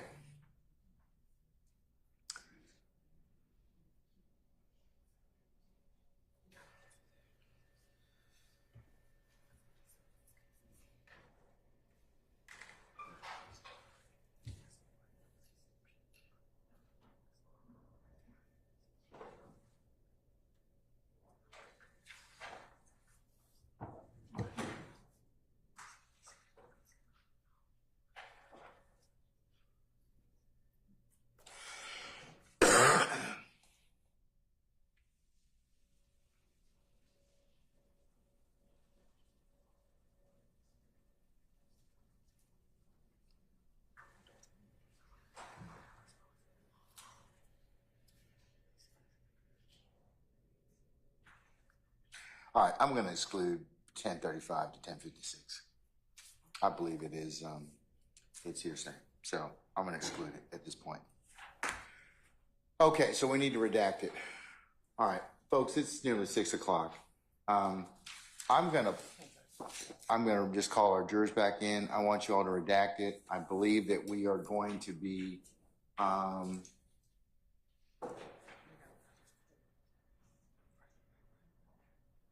tomorrow's going to be an administrative day. Unless they got to take up something. And then the 22nd, Friday, we'll come back at about 12:30 for a 1 o'clock start time. Sorry, just have a seat just a second, okay? All right, Mr. Steele, I'm going to just, and for others, okay? This is exactly why the court tells everybody or has told everybody ad nauseum about preparation. We started back, we had a conversation about Mr. Steele's motion and the court's response to it, but we recessed at 4:32. We came back at 5:23, and it's almost 6 o'clock at this point in time. That is exactly why the court asks all the parties to go ahead and see if you can resolve what you can resolve, or let me know so that we don't have a jury that's been parked back there for nearly 2 hours. That's why I'm kind of really incessant about us being prepared. Now, routinely we also have, is there anything I need to take up before bringing a jury? I really don't want you all to, I do that as a matter of courtesy, but it seems like there's always something I got to take up. If we need to start coming an hour early so you all can exhaust all of those issues, we can start doing that. Because that's the challenge, and therein lies the challenge for the court. It's your jury, folks. You spent almost 10 months picking this jury. Now, and I told you that the jury who gets a chance to kind of proceed through what's being heard is better and more content. So that's why, Mr. Steele, when I said you weren't prepared, it's not because I don't think that you are a worthy adversary or you're not representing Mr. Williams to your capability. I'm just stating that this is my concern. It is not directed to you personally as a unprepared lawyer. This is just an example of why And I think I've kind of had everybody to task at some point in time on this particular issue. It's not my intent to make you feel any way other than just do better. That's all I'm asking everybody, just do better. And just let me know whether or not we need to kind of park in place and then go ahead, and we could have probably taken this up at another day or whatever else. I cannot believe that after the amount of time you all have with this case, that you haven't gone through some of the relevant things, because we've been on the same act for a period of time. And had we kind of, and even though you might have said, Mr. Steele, I don't have any reason to doubt you didn't say, well, we need to take this up. It's just the timing and the preparation, and it could have been done a lot better. So to that extent, that's what I have. As to your motion, sir, you are welcome to file a motion to recuse me. I cannot prevent you from doing that. Certainly, if you do so, I'll deal with it accordingly. And I'm going to deny your motion for mistrial. But that's kind of where we are at this point in time. I've told every lawyer in here, this is one of my concerns as a trial judge for many, many years. I've debriefed hundreds of juries. That's something I'm trying to give you the benefit of, is not stop and start. Let's just, streamline it as much as possible. So, with that, I'm going to call our jurors in. I'm going to recess them until Friday at 12:30, and then you can take up whatever else you want to. Is there anything else? Okay. All right. Summon our jurors for us, please. Sergeant Brown. Oh, Mr. I'm sorry. Before you do that, Mr. Sharp, anything? Well, yes, Your Honor. And I understood that maybe you were going to take it up after the jury was dismissed, but I can do it now. I just want to put this on the court's radar. I understand Mr. Steele's motion. I agree. I also... What motion? The concerns about these recordings. I also... Detective, can I get you to step out just for a second? Okay, please, sir. Yes, sir. Thank you. And... Hold on, wait 1 second. Yes, Your Honor.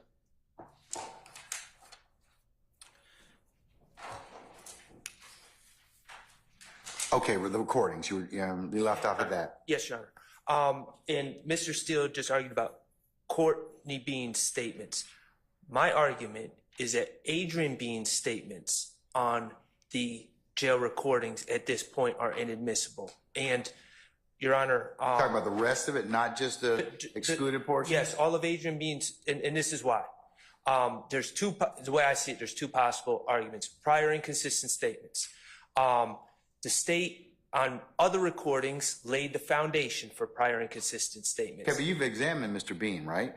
But, Your Honor, if you look at, that is correct, but... And did you examine him about these particular stuff? No, we did not. No, we did not. Could you have done that while he had him on cross? Could you have done that while you had him on cross? I absolutely could have. Okay, all right. But, Your Honor, the rule is the proponent. It's 24-6-613, and as well as... We've already admitted the evidence, and that's you're talking about... I'm not referring to the ones that were admitted. I'm referring to the other ones. Okay, so what are you referring to? Are you talking about Charlie? 175 Charlie, because that's what we're talking about right now. Okay, and so Mr. Steele has successfully argued for me to omit 1035 to 1056.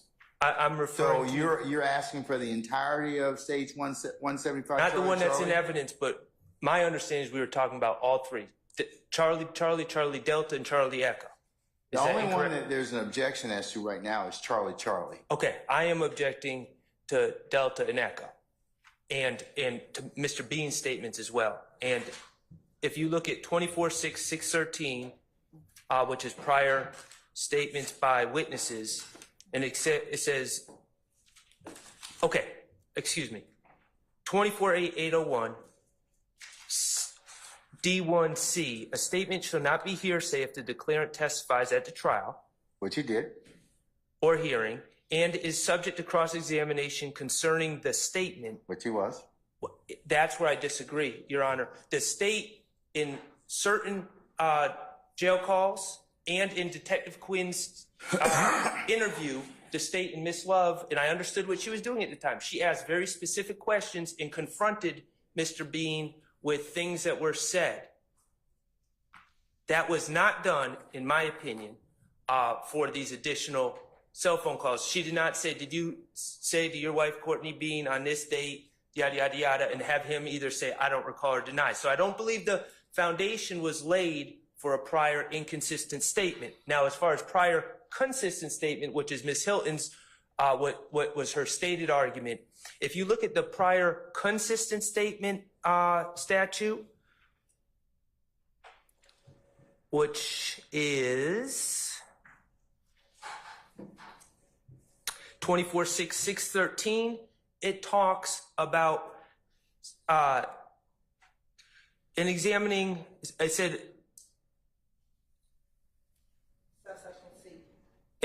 and it talks of consistency with the testimony. What in this case, the state, and as it appears to me, they have a prior statement which has been admitted into evidence. And if you look at Cowart v. State 294, Georgia 333, and all the other cases, they talk about to rehabilitate the testimony. There was no testimony. All we got on the stand from Mr. Bean was, I don't recall, I don't recall, I don't recall. They are trying to rehabilitate. They have a prior statement made by Mr. Bean, and they're saying prior to this prior statement, there's a motive for recent fabrication, so we want to go behind that. But I can't find any case law that suggests that you can rehabilitate a prior statement that was not testified to on the stand. So on the stand, we got nothing from Mr. Bean. So I don't believe that there's anything to rehabilitate under the prior consistent statement statute, because all we got on the stand, I think we probably all could agree, all we got on the stand was, I don't recall, I don't remember, or I don't know. And while that is sufficient to lay the foundation at times for a prior inconsistent statement, if done correctly, in accordance with the rules, I can't find any authority to say that, in Cowart it says prior consistent statement of witness admissible only when witness was impeached by some affirmative charge that witness's testimony was tainted by recent fabrication, improper influence, or improper motive, and the prior statement predates the alleged fabrication. It talks about testimony. There's no testimony that was provided by Mr. Bean. There was just, I don't recall and I don't know. And I understand that they brought in prior statements he made, but if I read this statute correctly, the plain reading of the statute, and also I don't see any case law that would support the argument that they can rehabilitate a prior out-of-court statement with other prior out-of-court statements. And that's my argument. Thank you, sir. Thank you. Ms. Love? Thank you, Judge. 24-6-613C says a prior consistent statement shall be admissible to rehabilitate a witness if the prior consistent statement logically rebuts an attack made on the witness's credibility. A general attack on the witness's credibility with evidence offered under section 24-6-608 or 609 shall not permit rehabilitation under this subsection if a prior consistent statement is offered to rebut an express or implied charge against the witness of recent fabrication or improper influence or motive. The prior consistent statement shall have been made before the alleged recent fabrication or improper influence or motive arose. So as to the argument that it is not a prior consistent statement because Adrian Bean did not recall, it's not one that carries merit, because the statute specifically, and what Mr. Steele did specifically, was assert through his cross-examining questions that Mr. Bean was lying in the interview with Detective Quinn. That is the recent fabrication, that the prior jail call, the statements made in the jail calls prior to that are being offered to rebut against. That's as to the prior consistent statement.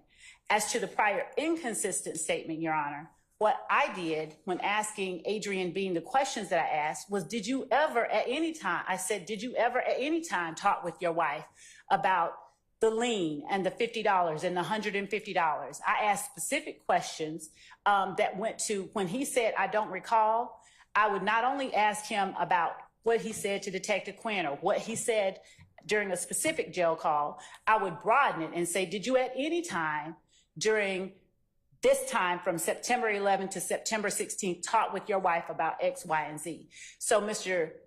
Shart's argument that the state did not properly lay a foundation for impeachment or for prior inconsistent statements to come in is meritless, because the statute now and the case law now does not require that you, with the level of specificity as to a date and time, meet him with all of those. I asked him specifically about jail calls that he made with his wife, and specifically asked him, did you ever at any time speak with your wife about X, Y, and Z? Do you recall any conversations you had with your wife while you were in the Fulton County Jail?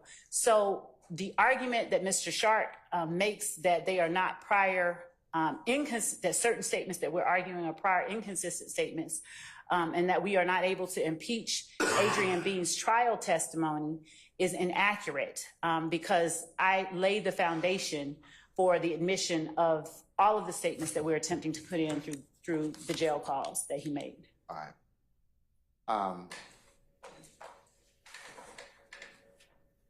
Your Honor, just briefly, under 24-6-613 says, extrinsic evidence of prior inconsistent statement by a witness shall not be admissible, and I think we can agree that this would be extrinsic evidence, shall not be admissible unless the witness is first afforded an opportunity to explain or deny the prior inconsistent statement, and the opposite party is afforded an opportunity to interrogate the witness on the prior inconsistent statement or in the interest of justice. So you didn't avail yourself of that during cross-examination, Mr. Sharp? Well, but answer my question. I can agree with that, but I can agree with that, but the witness himself, the state is essentially saying that we can lay the foundation by saying, did you ever say this? Did you ever say that? And what I'm saying is, on the statute, it says, is first afforded an opportunity to explain or deny the prior inconsistent statement. It's still, the statute itself is anticipating that he's going to be confronted with the statement, not just with a broad, have you ever said this in your life, with the statement.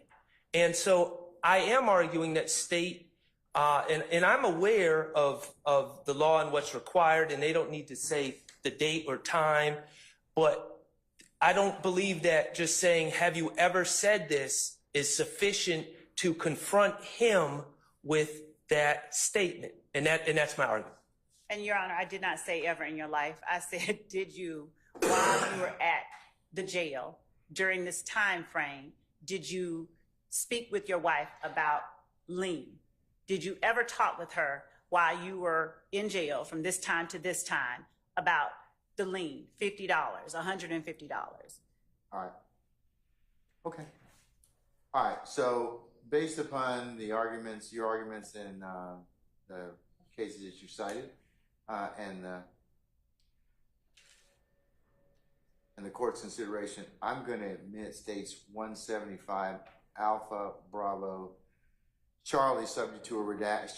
Charlie subject to a redaction of 1035 through 1056.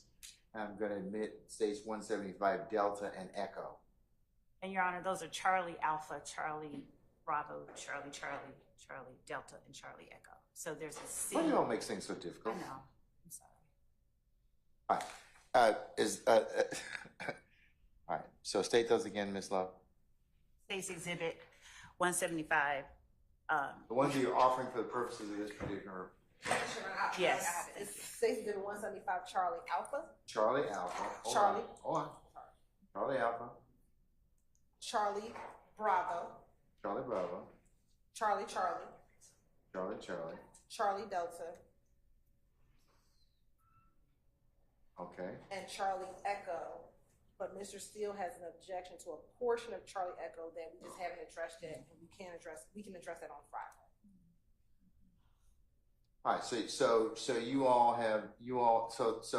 we've dealt with Charlie Charlie. Yes. That particular portion. Yes. All right. So I believe the only other objection is to Charlie Echo, and we can discuss that in file. Or at the court's pleasure.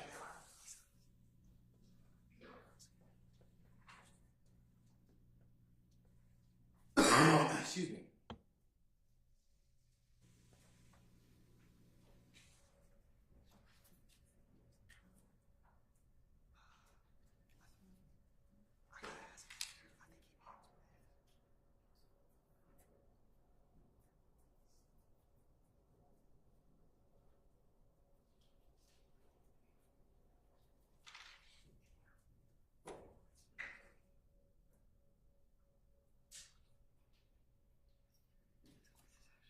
All right, and how long is the portion, Charlie Echo, that I need to hear? And correct me if I'm wrong, Mr. Steele, but it's 4 minutes, 4:15 through 4:55 is what Mr. Steele objected. So about 40 seconds. All right.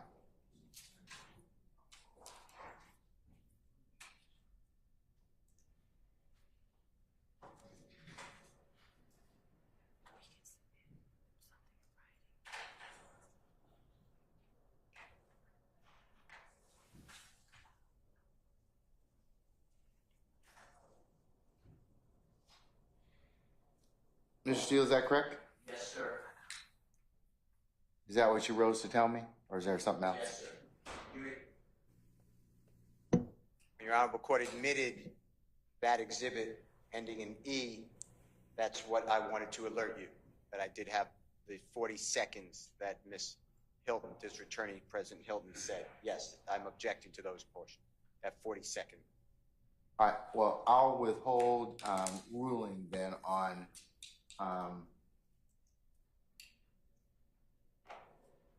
so I'm going to admit Charlie, it's 175 Charlie Alpha, Charlie Bravo, Charlie, I will exclude those portions from 1035 to 1056. I'll admit Charlie Delta, and I withhold on Charlie Echo until I rule upon the section from 415 to 445. 4:55. 455. When you read the continuing objection for the third argument, Yes, I will. for all those exhibits. Yes. I overrule, but I'll go ahead and use that. I'll authorize the continuing. All right. I want you all to come tomorrow at 12:30. Tomorrow. Yes, no, hold on.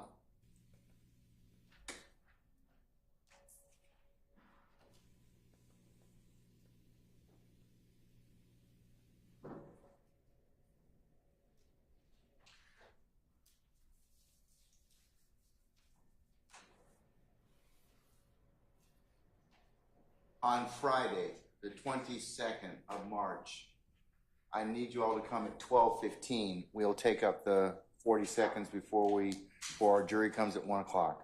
Yes, Your Honor. Yes, Your Honor. Thank you. Does that work for you, Mr. Steele, and the others? Because on behalf of Mr. Williams. Yes, Your Honor. Okay, now, do you all see the time again? It's 6:20?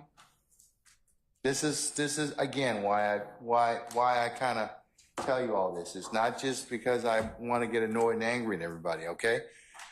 All right, but I will go ahead and remember, I'm going to excuse the jurors for tomorrow. Now, Detective Quinn, he's not available. He is available Friday. He's available Friday, Your Honor. He's unavailable next Tuesday, Wednesday, and Thursday. But we have a Friday. Is there any way you can ask him about his availability, or I will?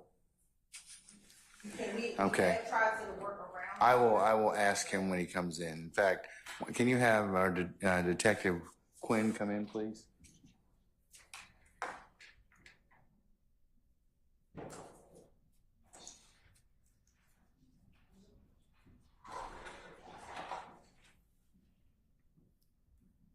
Detective Quinn, can you join us for a second? We're just doing some scheduling, sir.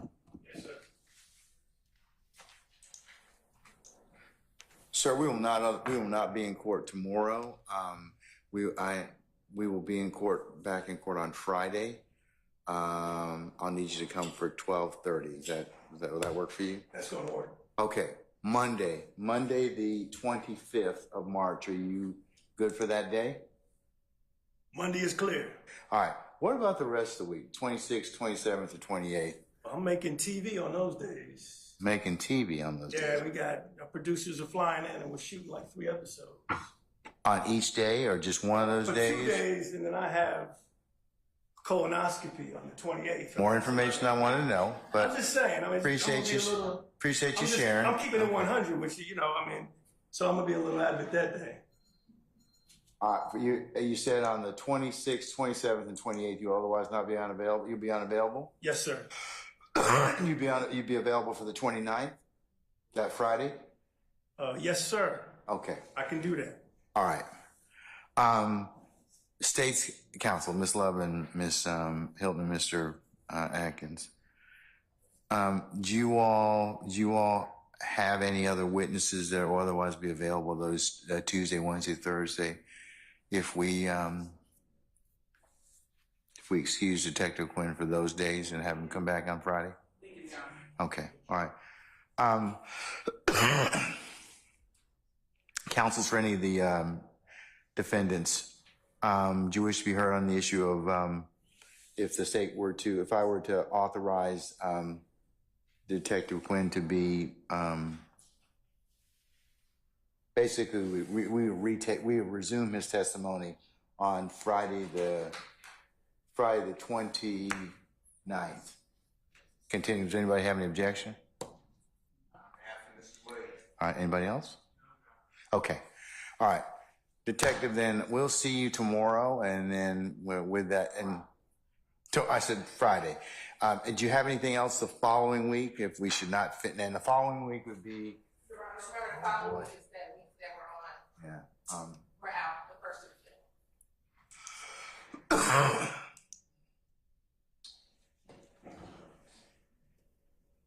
The week of the 8th of April, sir. April 8th. Right now, I'm clear April 8th. That week, should we need you for that week to finish your testimony? I don't know whether or not, I don't know what the attorneys have in terms of length, but I would say that you're going to be here tomorrow afternoon. You'll be here probably Monday, and you'll probably be here another couple of days thereafter, the week of the 8th.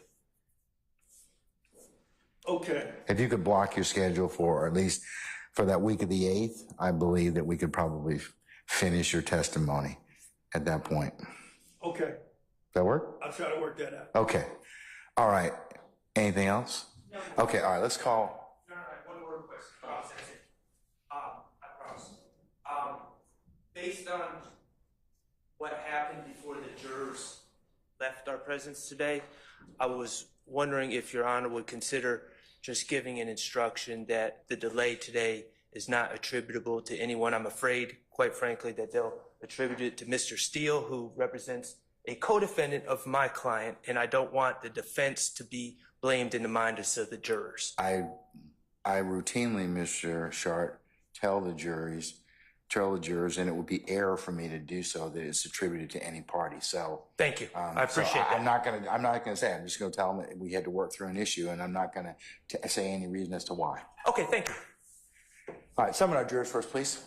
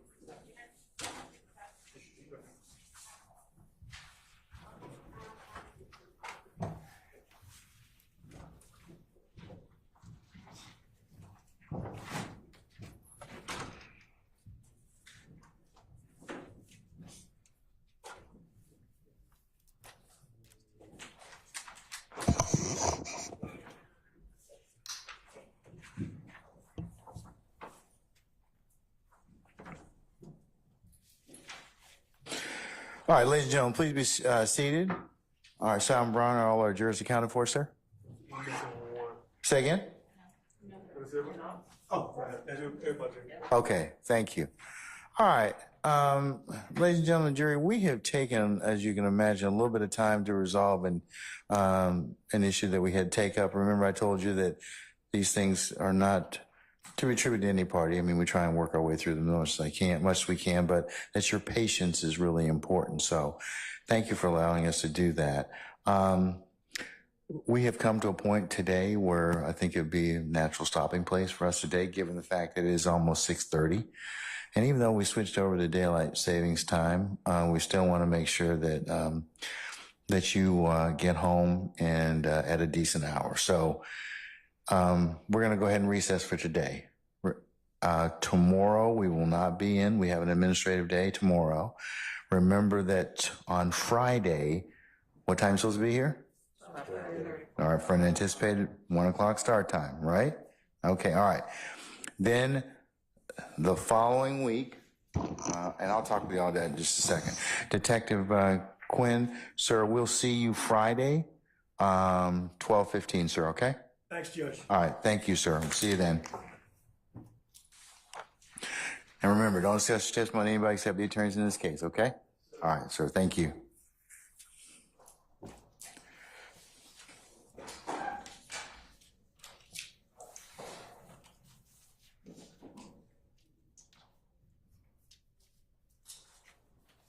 Ladies and gentlemen, we really do appreciate your patience. As I mentioned earlier, we, kind of can't, this trial of any case is not a scripted like a ballerina dance, but it kind of just stops and starts. And for your patience with us, we greatly appreciate that. Okay. And remember, I told you that we try as much as we can to kind of forecast these things, but sometimes it's not something we can do, and it just kind of comes up. We got to deal with it. And you have been more than patient with us, and we appreciate that, and we continue to appreciate that.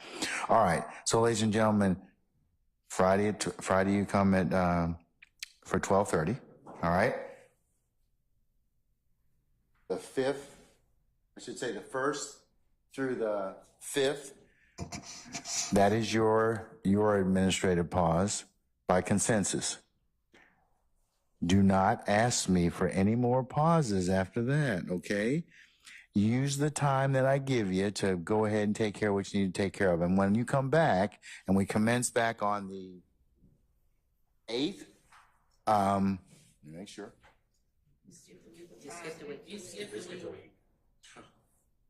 No, because you're not here next week. Yes. Yes. Hold on, did I skip a week? Yes. Come on. That's okay, we'll take it.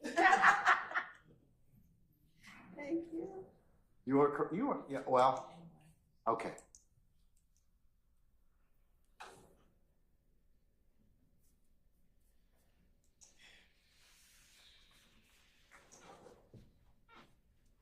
Yeah, we're together all next. We're together all next week. The week of the 1st of April, you'll be out. Yes. You'll be on a pause, okay? And then we will recommence on the 8th after that week. And on the 8th, my goal will be to give you kind of a few days, and in particular, some Fridays that you can bank on, at least half a day, because as you probably already kind of figured out, about every second or third Friday, I have Veterans Court during the morning, so that's why we start a little bit later. So I'm going to try and give you those dates through the 1st of July or thereabouts, so you can go ahead, and if you need to book something that morning or whatever else, you'll know, hey, I can do it. So how about that? And I'll try and tell you the other dates that I know that we will be taking a pause on those dates, so you can go ahead and as much as you can through, I believe, I want to say July, first part of July, we should be able to kind of give you some comfort as to which days we will be actually holding court, okay? All right. What are your questions of me? Anybody? Okay. Leave your notepads in the basket.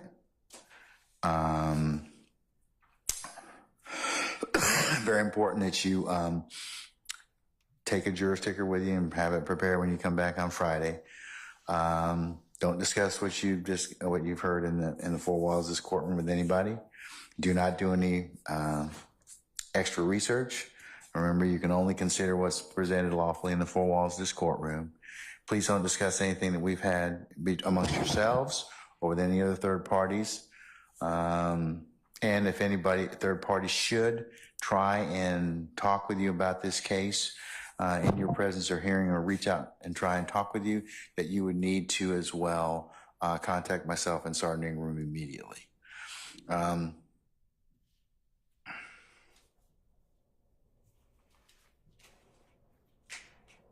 Don't listen to any media accounts of the trial that you may, even when you're not in our presence and hearing, you would not be authorized to consider anything other than what's presented in the four walls of this courtroom, okay? All right. Ladies and gentlemen, do you have any other questions of me? Yeah. Okay. Madam in the back, who disclosed to me, or disclosed that the hearing, I'm working on that. Okay. I can't do anything about diction because that's regional. But what I can do is I can make sure that you're able to hear it a lot better. So we're working on a couple of things. So I want you to know that I've still kind of taken care of it. So more to follow on that in the next couple of days. All right. Okay. Anybody else? Okay, as I've concluded every day, ladies and gentlemen, we really appreciate your patience with us. Really appreciate the attention and the diligence you've given to this case and our matter. And unless you have anything else, ladies and gentlemen, I will see you on Friday at 12:30 for an anticipated 1 o'clock start time, okay? All right, we're in recess. All rise.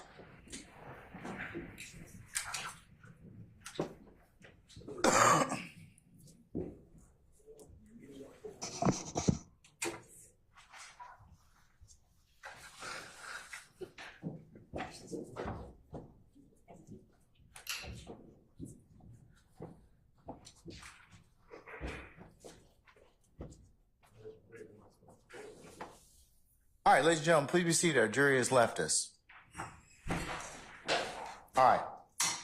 Are there any other ministerial inquiry or me or anything else I need to state? Anyone else? I do, Your Honor. Yes, Mr. Steele. Your Honor, I don't want to waive anything, so I know the Harvey rule, but it sounds like I'm waiving.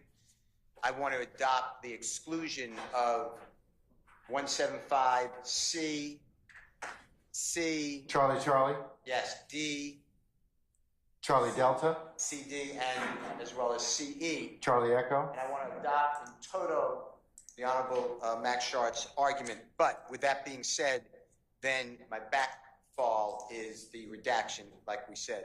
The second thing is, because it's going to be a break until Friday, I have to renew my motion for a mistrial before the next question's asked. Can this Honorable Court again preserve it, that I've raised it and I don't need to do that? You did already. So as long as I preserve, I don't want. I'm going to give it to you as well, that you've already preserved that. Thank you. Already. Thank you. All right. Anything else? On behalf of Mr. All right, then 12:15, I need everybody, the lawyers, as well as I'll make sure your clients are here, counsels. We're going to take up that 12:15, okay? So make sure you eat before then, and we'll go ahead and we'll take care of that. Should be able to rule upon it. State you should have at least have a redaction ready, just in case, and we'll take it up at that point in time, okay? All right, we're in recess until Friday. All right.